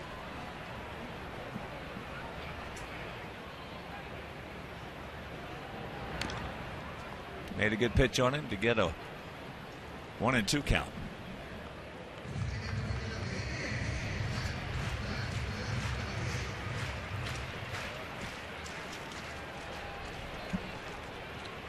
Now field straight up. Gap out there in right center. Dunn on deck. Curveball, he knew it. 1 out.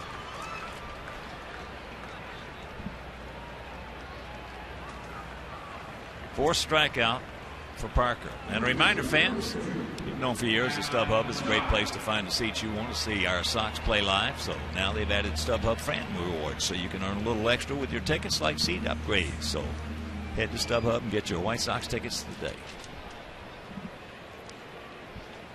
Adam 0 for 2 with a couple of punch outs.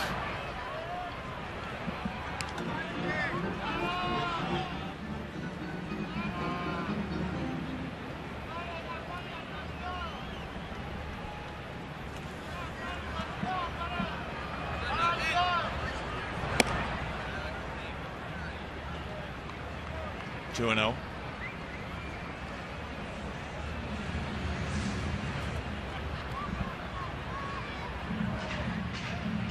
Adam now 1 for 7 against Jared Parker out of Bluffton, Indiana.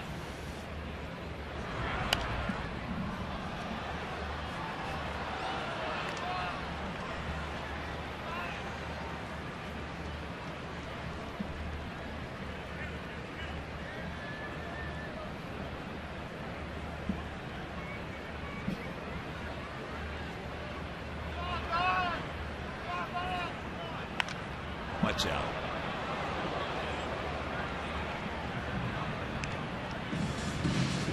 Start us right here, Biggin. Square him up. Let's tie this thing up.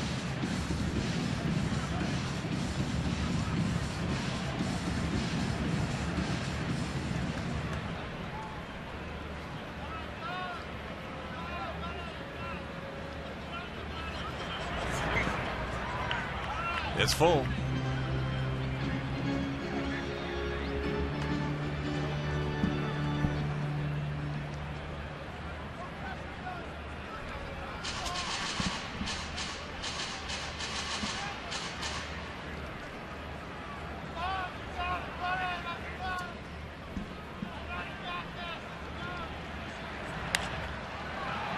And that's going foul.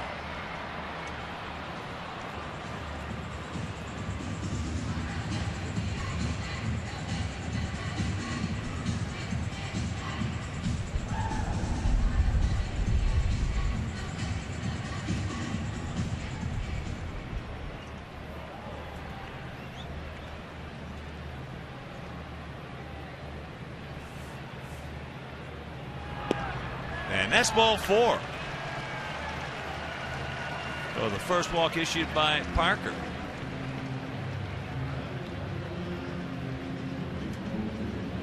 And here comes Tank. He's 0 for 1. Also has a sacrifice fly.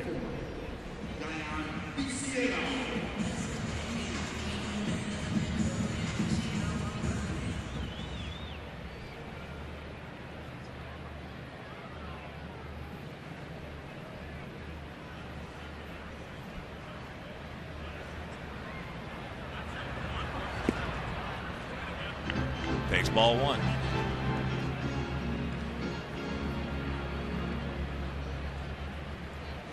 Tigers leading Cleveland 7-3. Bottom of the 7th in Detroit.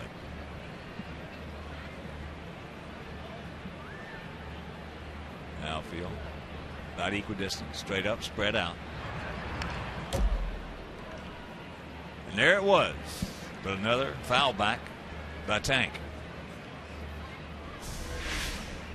He got a good one. Inner third. 93. Not particularly overpowering, but couldn't catch up to it.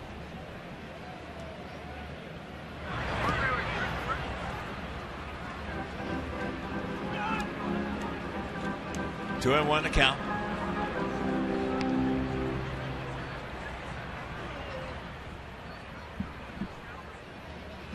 And if you're just getting home, tuning in, we had a 3-0 lead to the top half of this inning. Grand slam homer by Josh Donaldson. Donaldson now 9 homers and 41 driven in.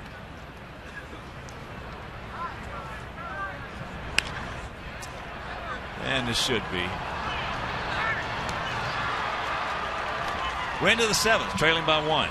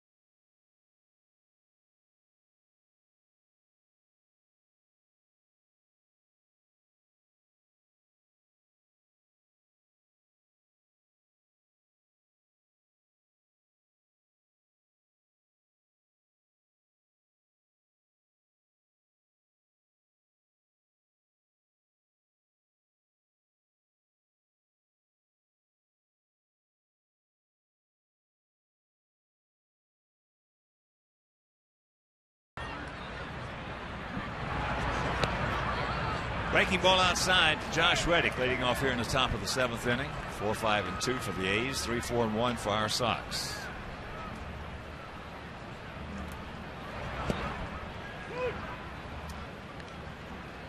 And there's a breaking ball strike.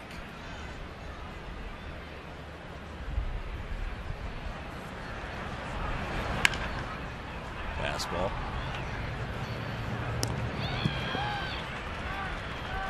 One out. Reddick now 1 for 3. It's kind of strange that this Oakland team playing so good right now was swept by Tampa Bay in a 3-game series in April, swept by Baltimore at the end of April in a 3-game series, swept at Cleveland in a 4-game series. That was in early May. But right now they're playing as well as they can possibly play.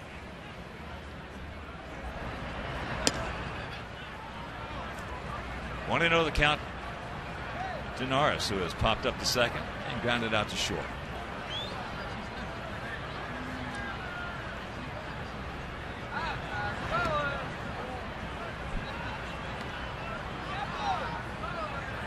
Two and 0.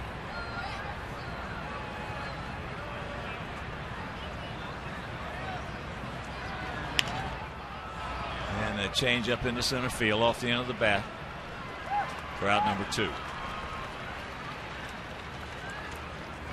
And stay connected to your Sox all season long. Like us on Facebook, follow us on Twitter and Instagram, pin us on Pinterest, add us to your circle on Google Plus, and reblog our unique Tumblr content. Visit whitesox.com/connect.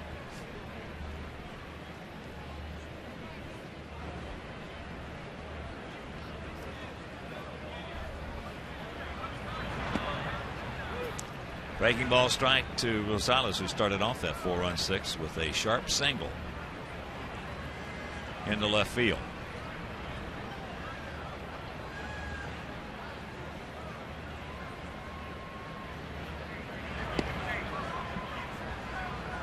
After 8 in Cincinnati, 9-2 St. Louis.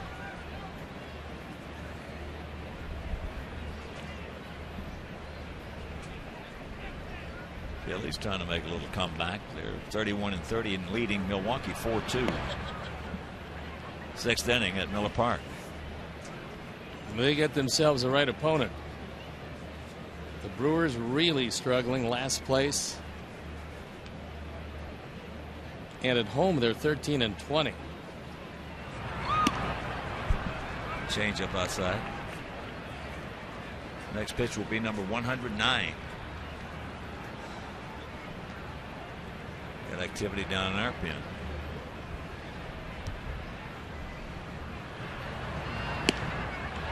Another changeup. Most likely the last inning for Chris Sale, and best part about it, Don Cooper does not have to consult with his pitching coach. Matt Lindstrom loosening in the pen. Don Cooper, the manager for tonight's game.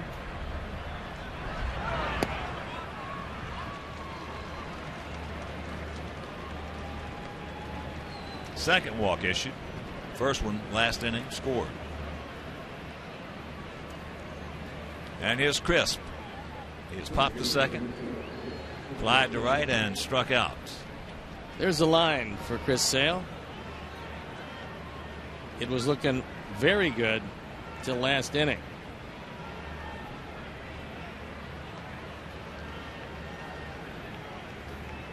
Gave up 2 hits, a walk, and then a grand slam. There's a curveball strike.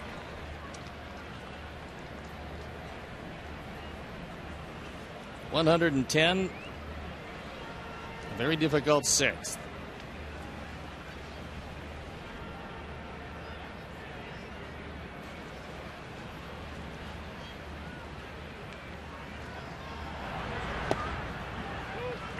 And that changeup strike.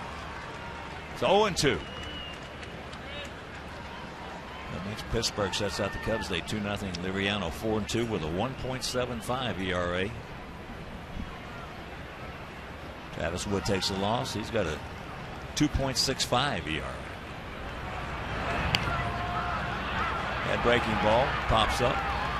7th inning stretch. We trail it 4-3.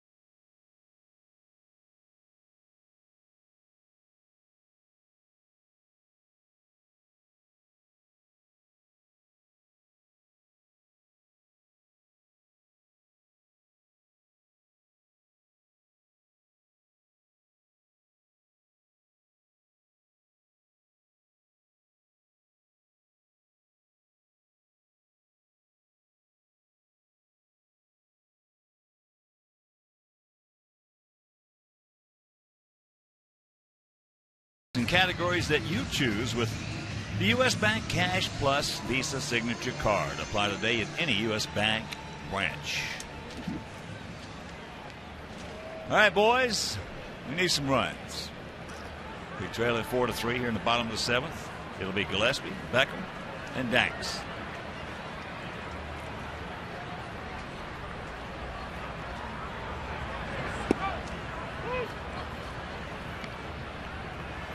First pitch strike. A minimum of pitches so far for Jared Parker, as he's gotten just about everything over the plate. He did walk Adam Dunn, quickly erased on a double play last inning. Tried to backdoor him right there.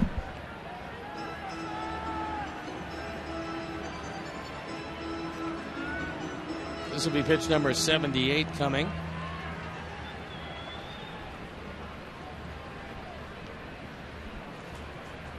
Start us off right here, Corner.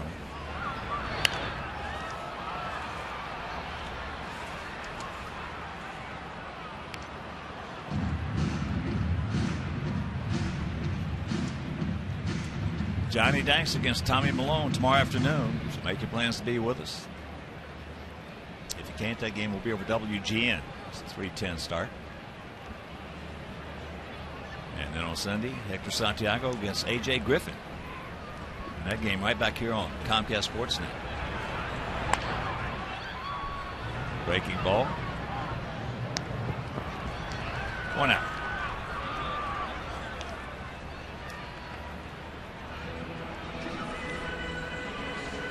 We'll bring it Beckham. Gordon 1 for 2 with a run scored. Well, when an A's pitcher goes deep into the game, as Parker has done tonight, it allows Bob Melvin to use what he considers the winning part of his bullpen. And it's really headed up by a guy, most surprising year, Jerry Blevins, who we saw last night pick up his 5th win.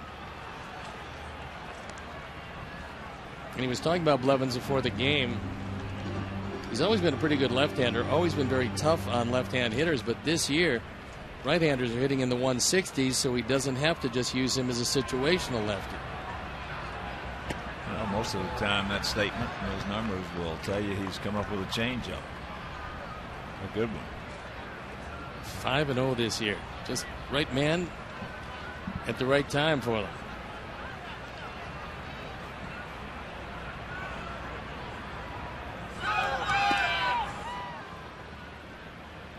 One and 2 the count.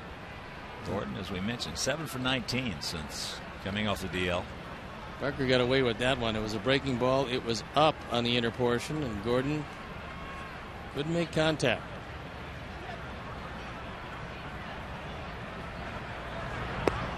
Lays off that breaking pitch. 2 and 2.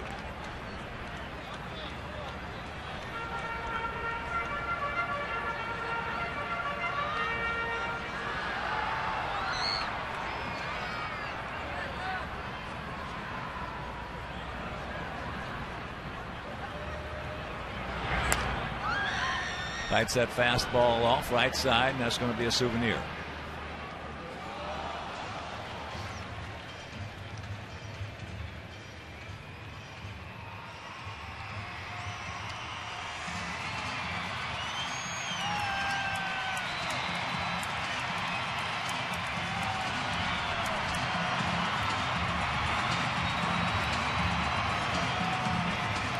Twenty-four-year-old Jared Parker, 6'1", 195, out of Bluffton, Indiana. Well, he is aggressive. Hounds that zone.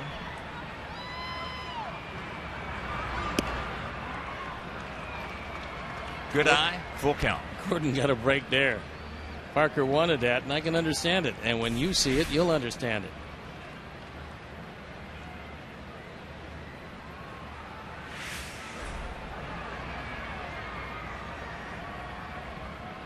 Payoff pitch. And that's ball 4. So the 1-out walk. Second base on balls issued by Parker. And that'll bring up Jordan Danks. Jordan has grounded to second and bounced back. A little soft grounder out in front of the mound. Looks like that's going to get the bullpen stirring for the first time tonight.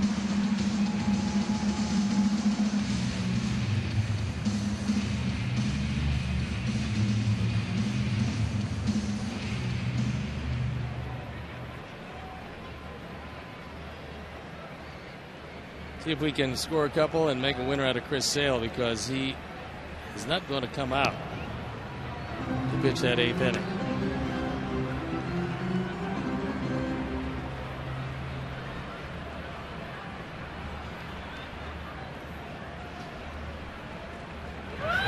Ryan Cook, who came over in the same deal that brought Jared Parker.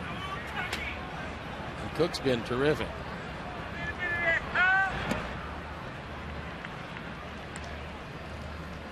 Change up way high.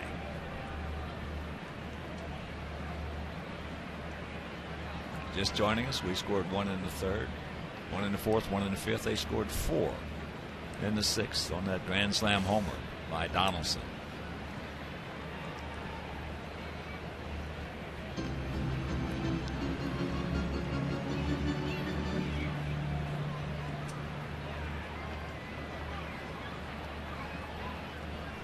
You see Norris looking over in the dugout, and sometimes they call the throw to first, like this time.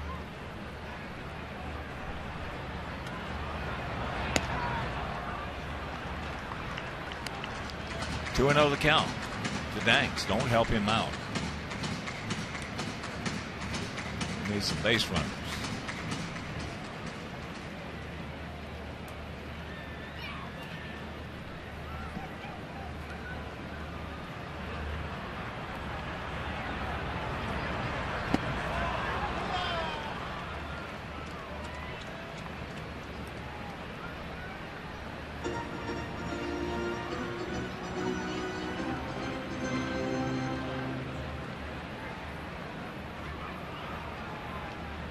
Outfield slightly to the left. That was called by the catcher Norris, who used the same signal, and Parker missed it on the last pitch. And why they would throw to first is called by the bench. One of the reasons is to give a little more time to Cook to warm up.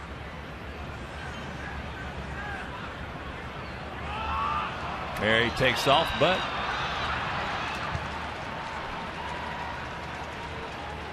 he stepped off, and now it's 2 out.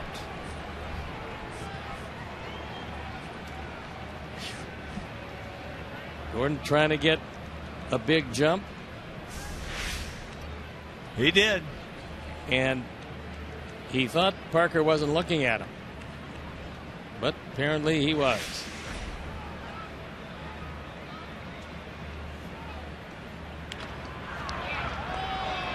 And there is a soft line drive caught, and we are out of the inning. We'll go to the 8th, trailing by 1.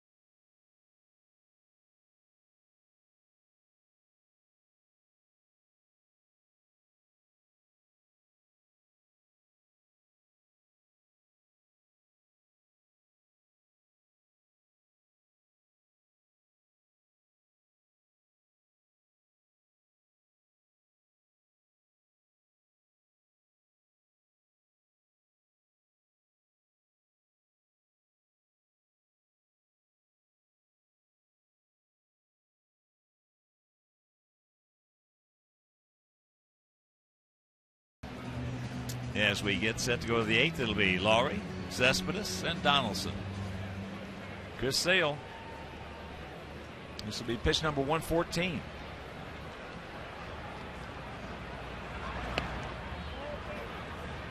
And it's down low. Most pitches that Chris has thrown is 119 this year.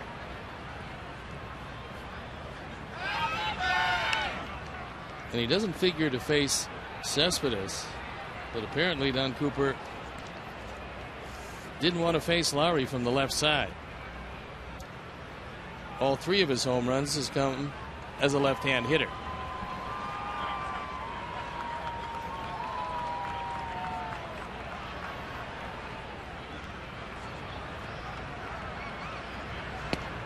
There's a good strike.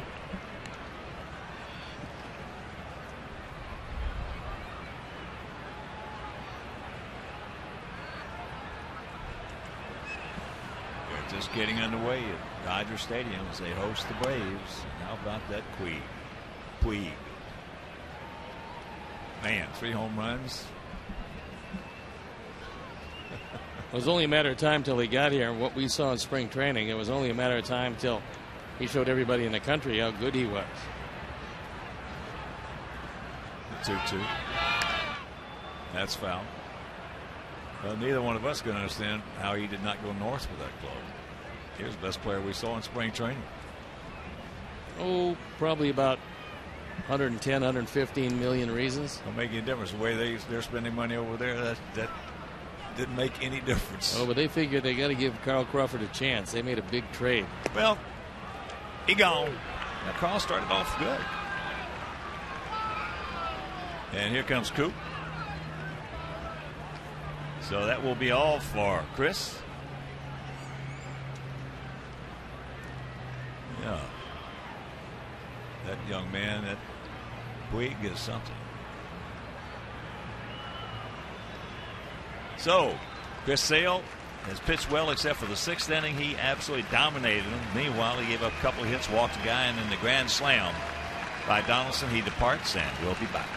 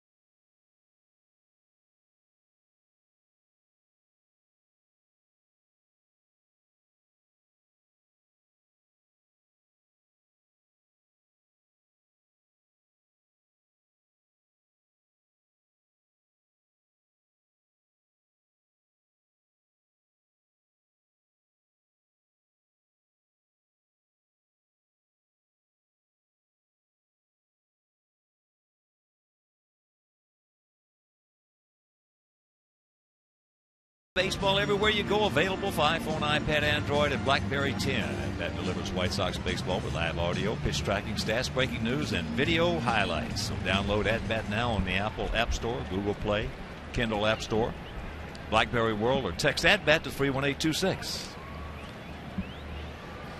And our Honda call to the pen is Matt Lindstrom. Matt comes in an even 2-2 ERA.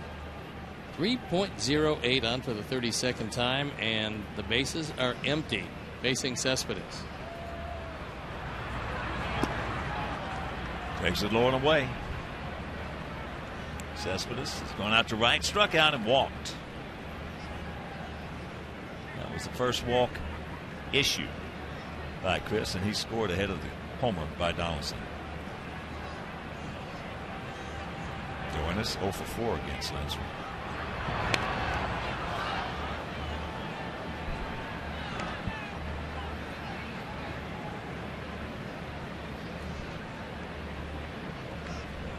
Chris Sale on for 7 1/3 innings, 4 runs on only 5 hits. He walked just 2, fanning 6. And the 1 pitch to Donaldson is the difference in this one.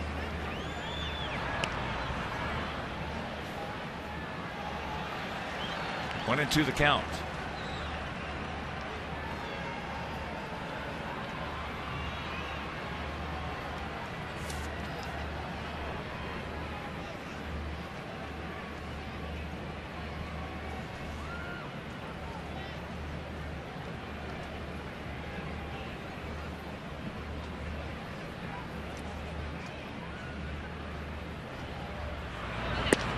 He gone. Yes, at 96 from Matthew. Time now for a Head and Shoulders, the whiff pitch-by-pitch sequence. Slider misses. Fouls off a slider. Fouls off another slider. And then he throws a fastball right by him on the outside corner.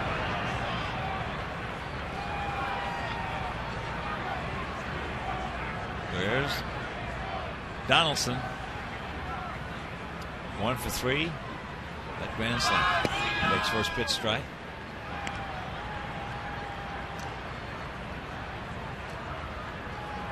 Houston has tied up Kansas City at 2. Royals hitting at the bottom of the 7th.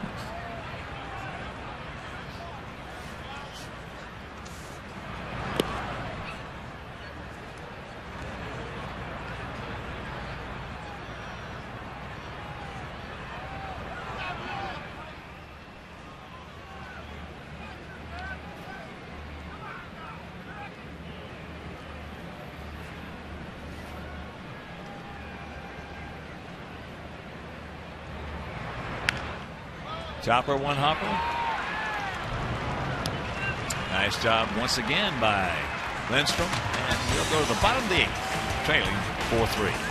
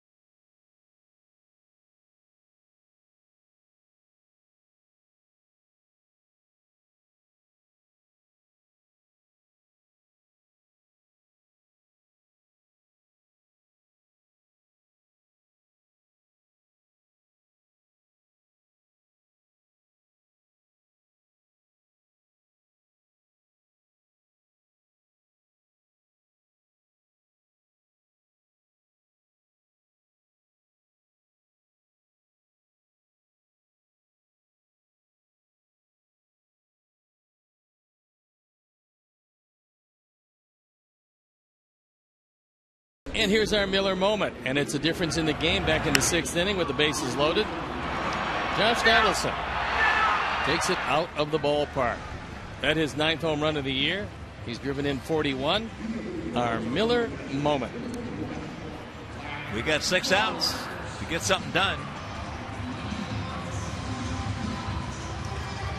I don't think Bob Melvin's going to be terribly patient with Jared Parker.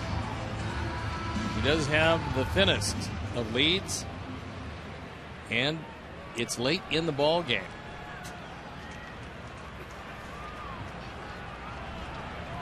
Here's Tyler. Tyler has homered and he has singled. Oh, He hung a breaking ball there, and that's one of the signs that a pitching coach and a manager who is familiar with this will take a look at and say, the bullpen better be loose. Parker does not have a complete game this year. He has given up 11 home runs in 68 innings.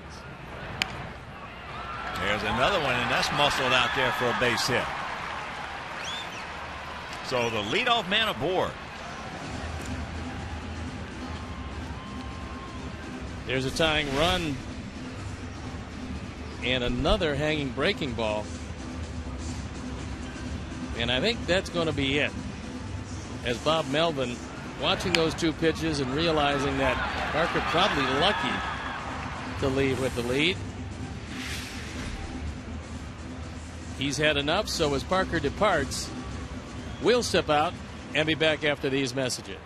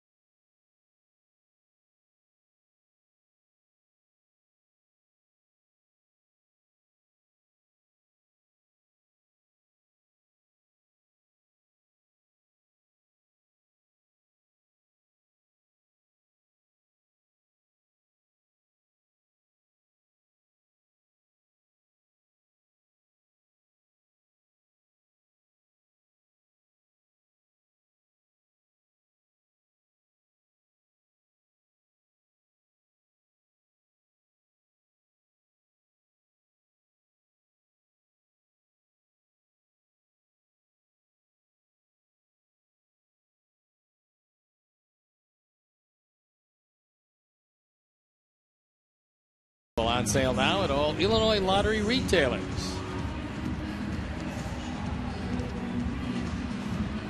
And our Honda call to the pen, and it's a very successful Ryan Cook. He's 1-0 this year, the ERA an even 2 on for the 27th time. 31 strikeouts, 8 walks in 27 innings. He inherits the tying run. Standing at first base, Tyler Flowers 3 for 3 tonight. Big night for Tyler. And we'll head to the top of the order.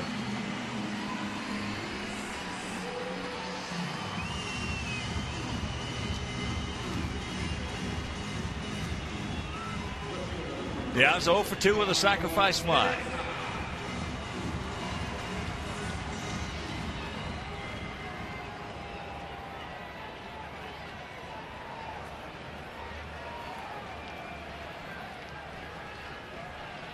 First and 30.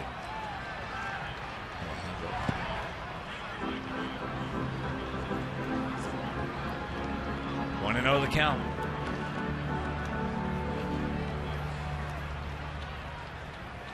Cook has a heavy sinker. And when he's right, and he's been right a lot this year, he throws a lot of ground balls.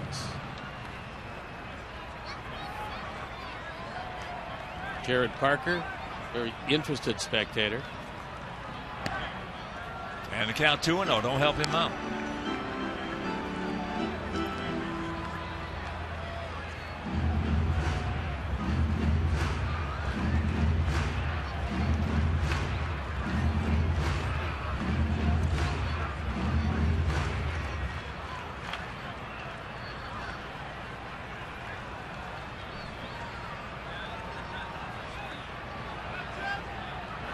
And the count 3-0. Take 2. Didn't even come close. No, 3 pitches, high, low, and well wide.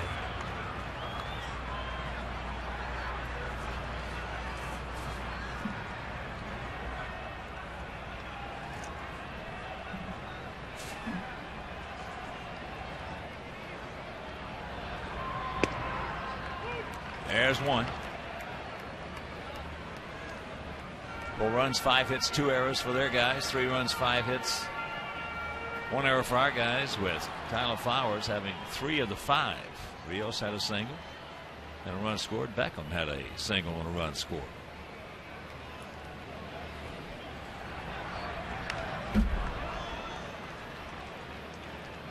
That one at 95. And a full count. Ball 4, base hit.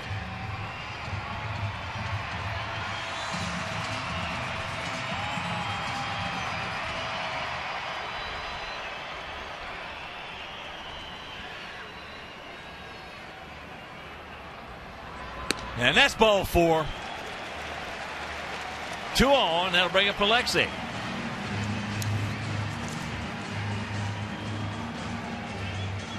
We saw Alexi lay down a sacrifice last night, his first of the year. And here's a situation that cries out for it. So he takes a long look down at Joe McEwing.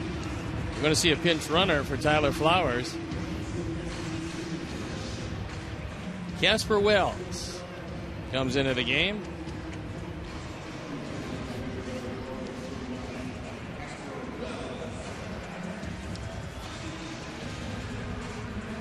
So now the corner's in close. Donaldson at third. Fryman at first. Fryman way off the line.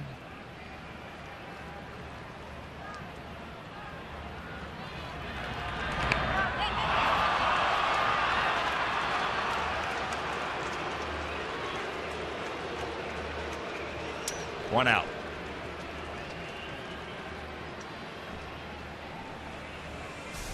When you drop the head of the bat, you pop it straight up.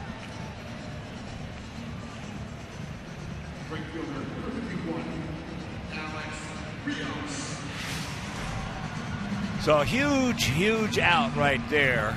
And here's Rios. 1 for 3. That single leading off the 4th.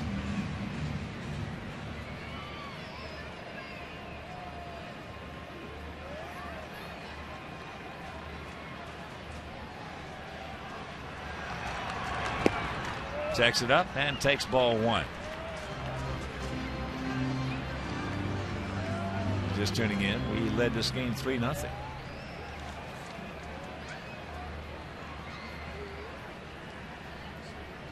Last night we led that game 3-0.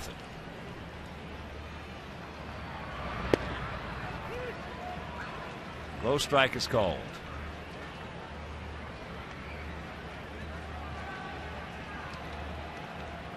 Dunn on deck.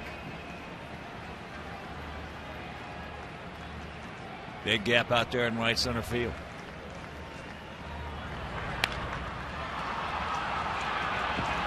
And the infield fly rule is called. 2 down.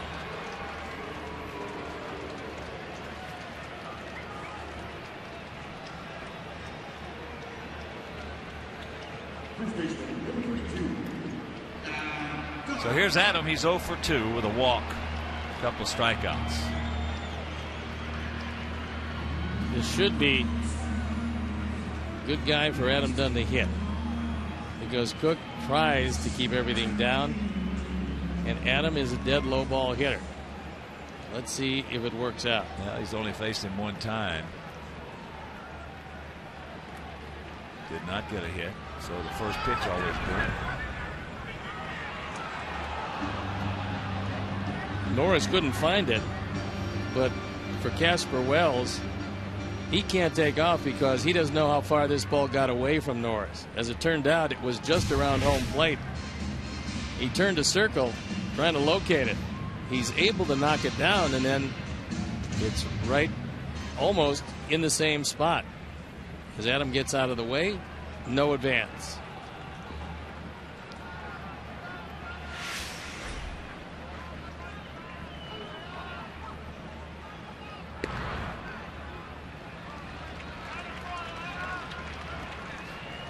Two and 0 the count. Viciedo on deck.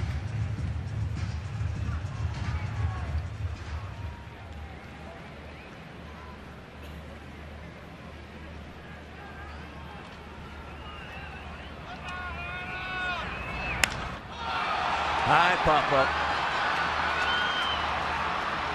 So we get the first 2 men aboard here, trailing by 1 run, and can't even come close to advancing the runner.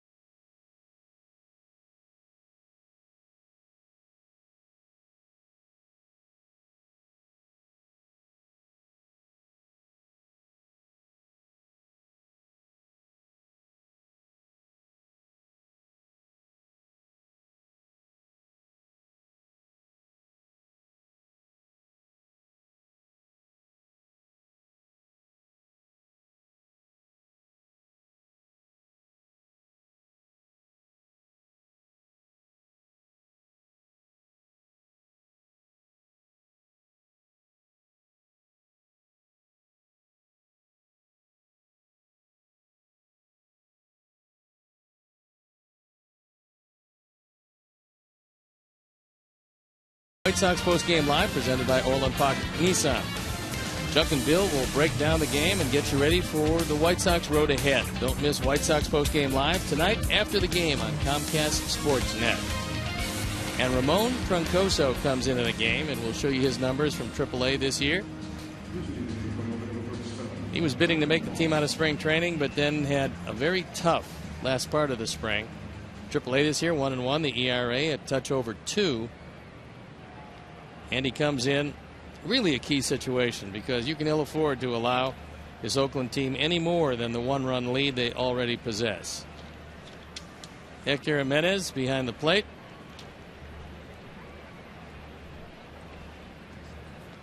Brandon Moss with the bat. Hitting for Fryman, who was 1 for 3.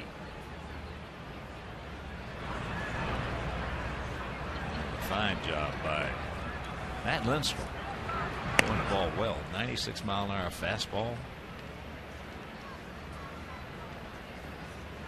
Cespedes, good quick breaking pitch. And he's gotten better and better with each successive outing. That is what is impressive. And I'll tell you one thing. For a team that really has a pretty good offensive club, this has been the most inept I have ever seen an offense, especially with how many times we had bases loaded, nobody out, bases loaded, 1 out. First 2 men on, nobody out. It's got to be driving Jeff Manto up a wall. Well, there was a shot last night in getting to Straley and taking him completely out of this game in the 5th inning. But came away with just 1 run. Could have had 3. That was the big difference.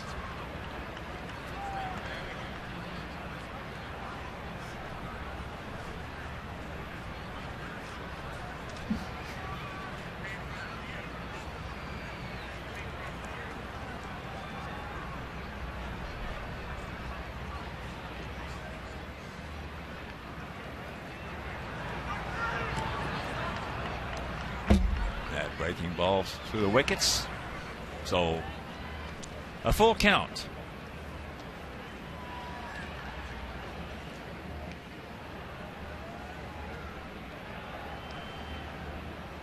Chris Young in the on deck circle. He's been hitless tonight.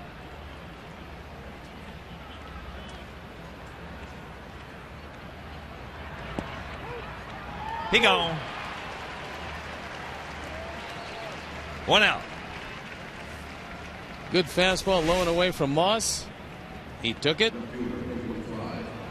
And he takes a seat. So here's Chris. Going out to right, grounded to short, and lined out to left. He's seen this guy 10 times. He's got 5 hits. And Tricosa used to pitch for the Dodgers, and that's where he saw him when he was with the Diamondbacks. Cues that one right off the end of the bat. 5 for 10.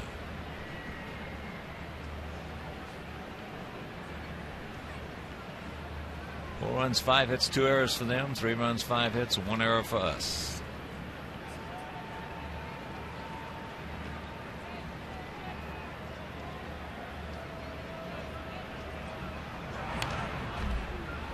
That one at 94.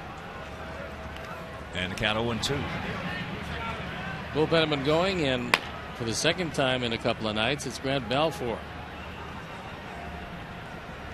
Picked up his 14th save of the year in last night's game.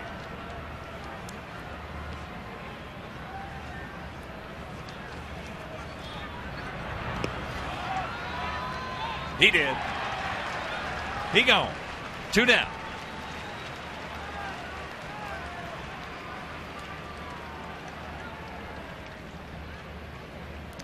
So here's Reddick. A strikeout, a single, and a ground out to second. A man born in Savannah, Georgia.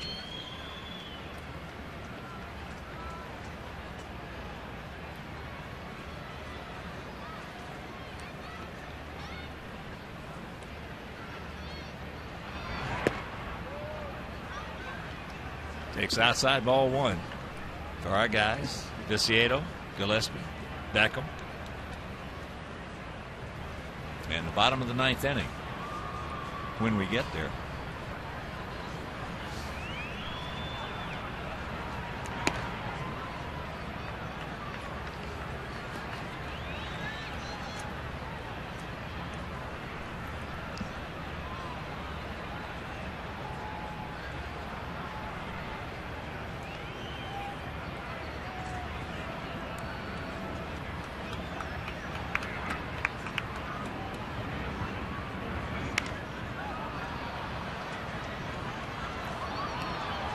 Thing about it, they're not going to go at this pace very much longer. They're trying to win their 18th out of the last 21, but on the other side of that page now, when Reddick gets heated up, he's going to make a huge difference in the middle of that order. Believe it. And he won't be hitting 7th long. He's going to make a big difference once he gets heated up. He's going to hit either in front of or behind Cespedes, depending on who's on the mound. That's where he hit last year, and they were very successful in the middle of the order.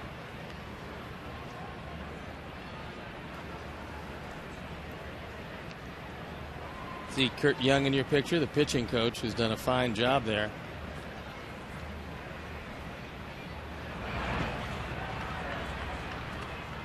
Full count to Josh Reddick. There's a look at Kurt, who was with Oakland, went to Boston, and came back to Oakland.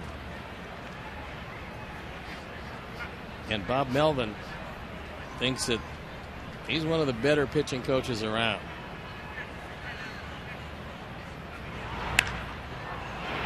And there's a solid smash.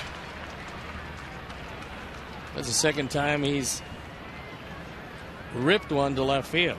Well, the first one off Chris Sale you can understand, but if he keeps that approach against right-handers,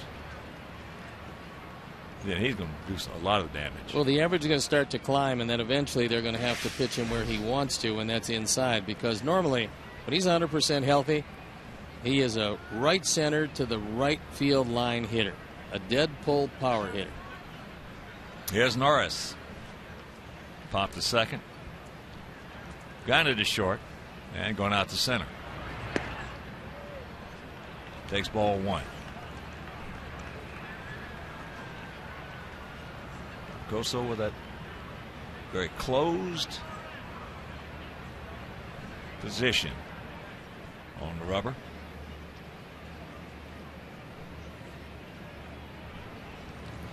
It'll be pretty tough the way he sets up to pick anybody off first base.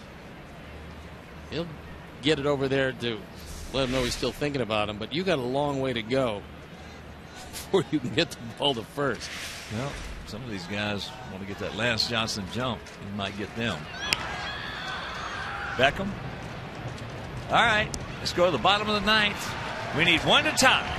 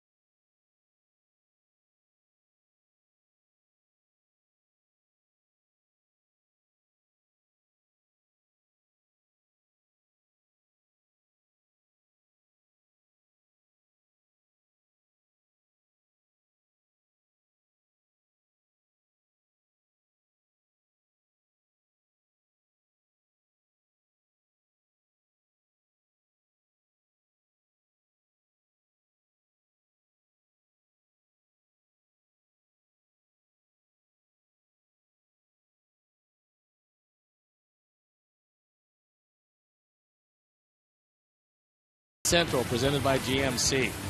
We'll hear from the Hawks as they return home from Los Angeles, looking to close out the Western Conference Finals. Plus, we hear from the Heat as they recover from a Game 1 loss to the Spurs. Don't miss Sportsnet Central right after postgame live, only on Comcast Sportsnet. And that'll bring Grant Balfour into the game. Balfour, no record, 1.42 ERA on for the 26th time, and 25 1/3. He has walked 11, fanned 26, given up 3 home runs. And he'll face the middle of the order as Brandon Moss stays in the game to play first base.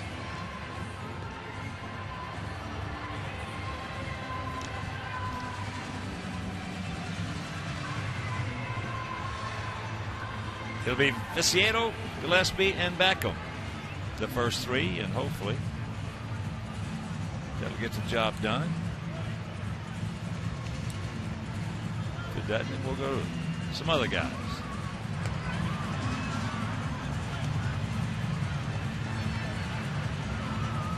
Just getting home. We led this game 3-0 after 5. They scored 4 in the 6th.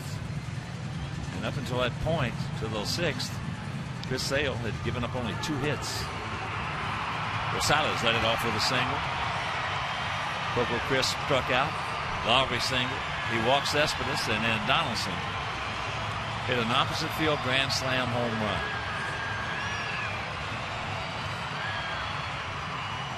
And of our 5 hits, Tyler Flowers has a homer and 2 singles.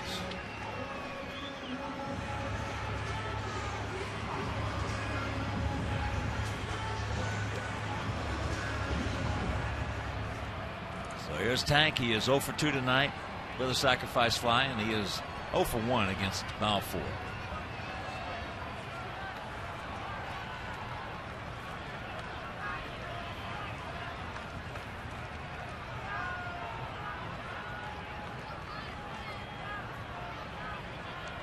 Got a lot of Gaylord Perry in. With all those takes a long time to deliver the ball, and one of the few closers who doesn't come in and throw out of the stretch. You don't find many of those guys anymore. He and I would have had some problems. There's a strike.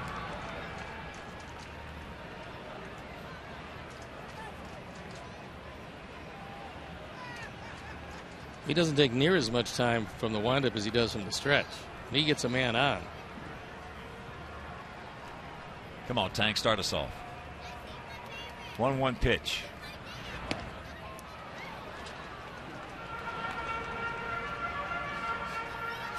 That ball couldn't have been too much better to hit. Right there.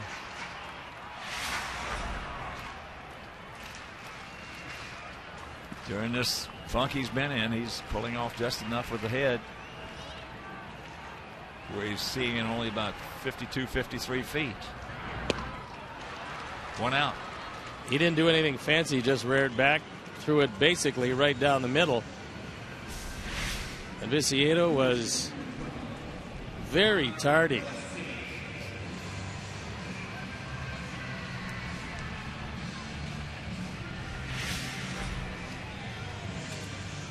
So here's Gillespie.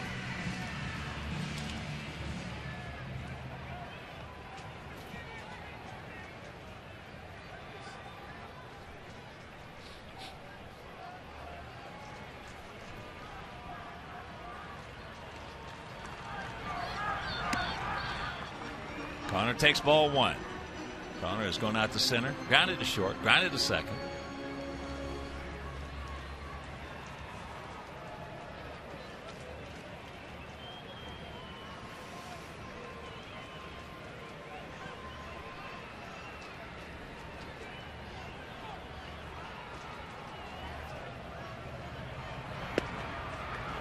That evens the count.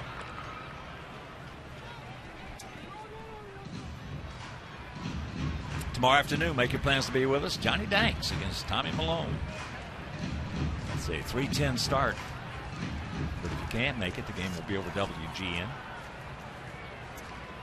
And on Sunday, Hector Santiago against A.J. Griffin in that game right back here on Comcast Sportsnet. As the count now, 1 ball and 2 strikes.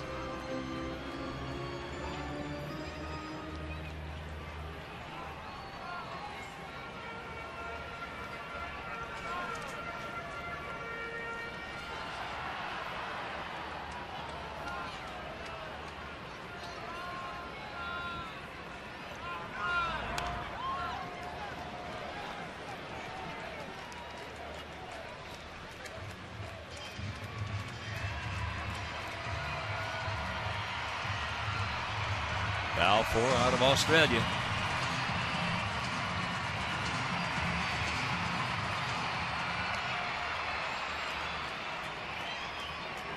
He has been particularly effective against our club in his career. I can't remember getting to him but just a couple of times.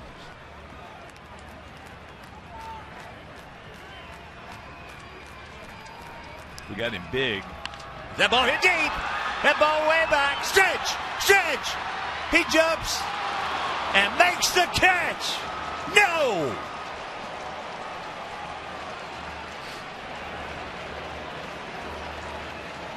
Josh Reddick set up perfectly.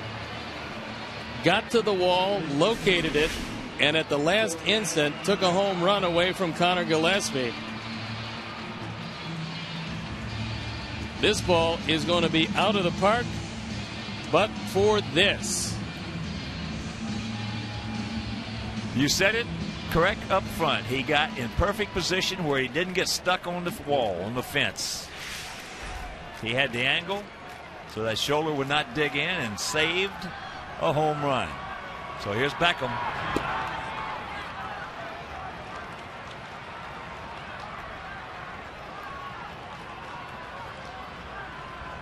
What else is going to happen?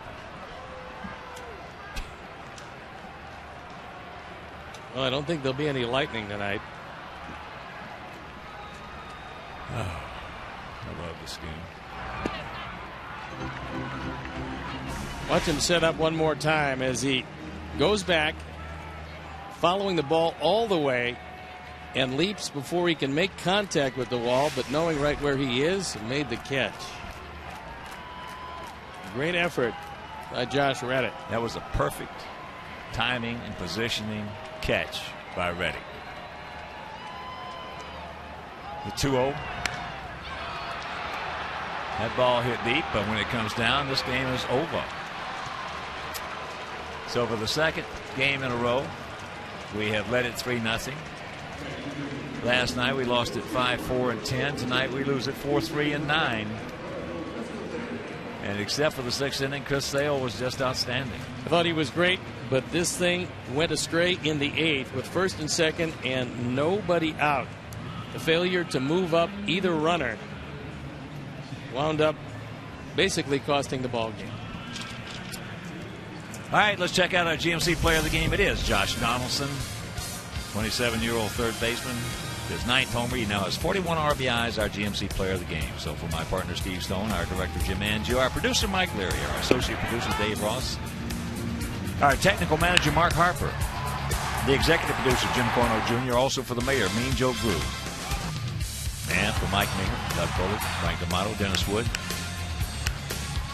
This is a Hawk. So long, everybody. You've been watching Chicago White Sox baseball on Comcast Sportsnet.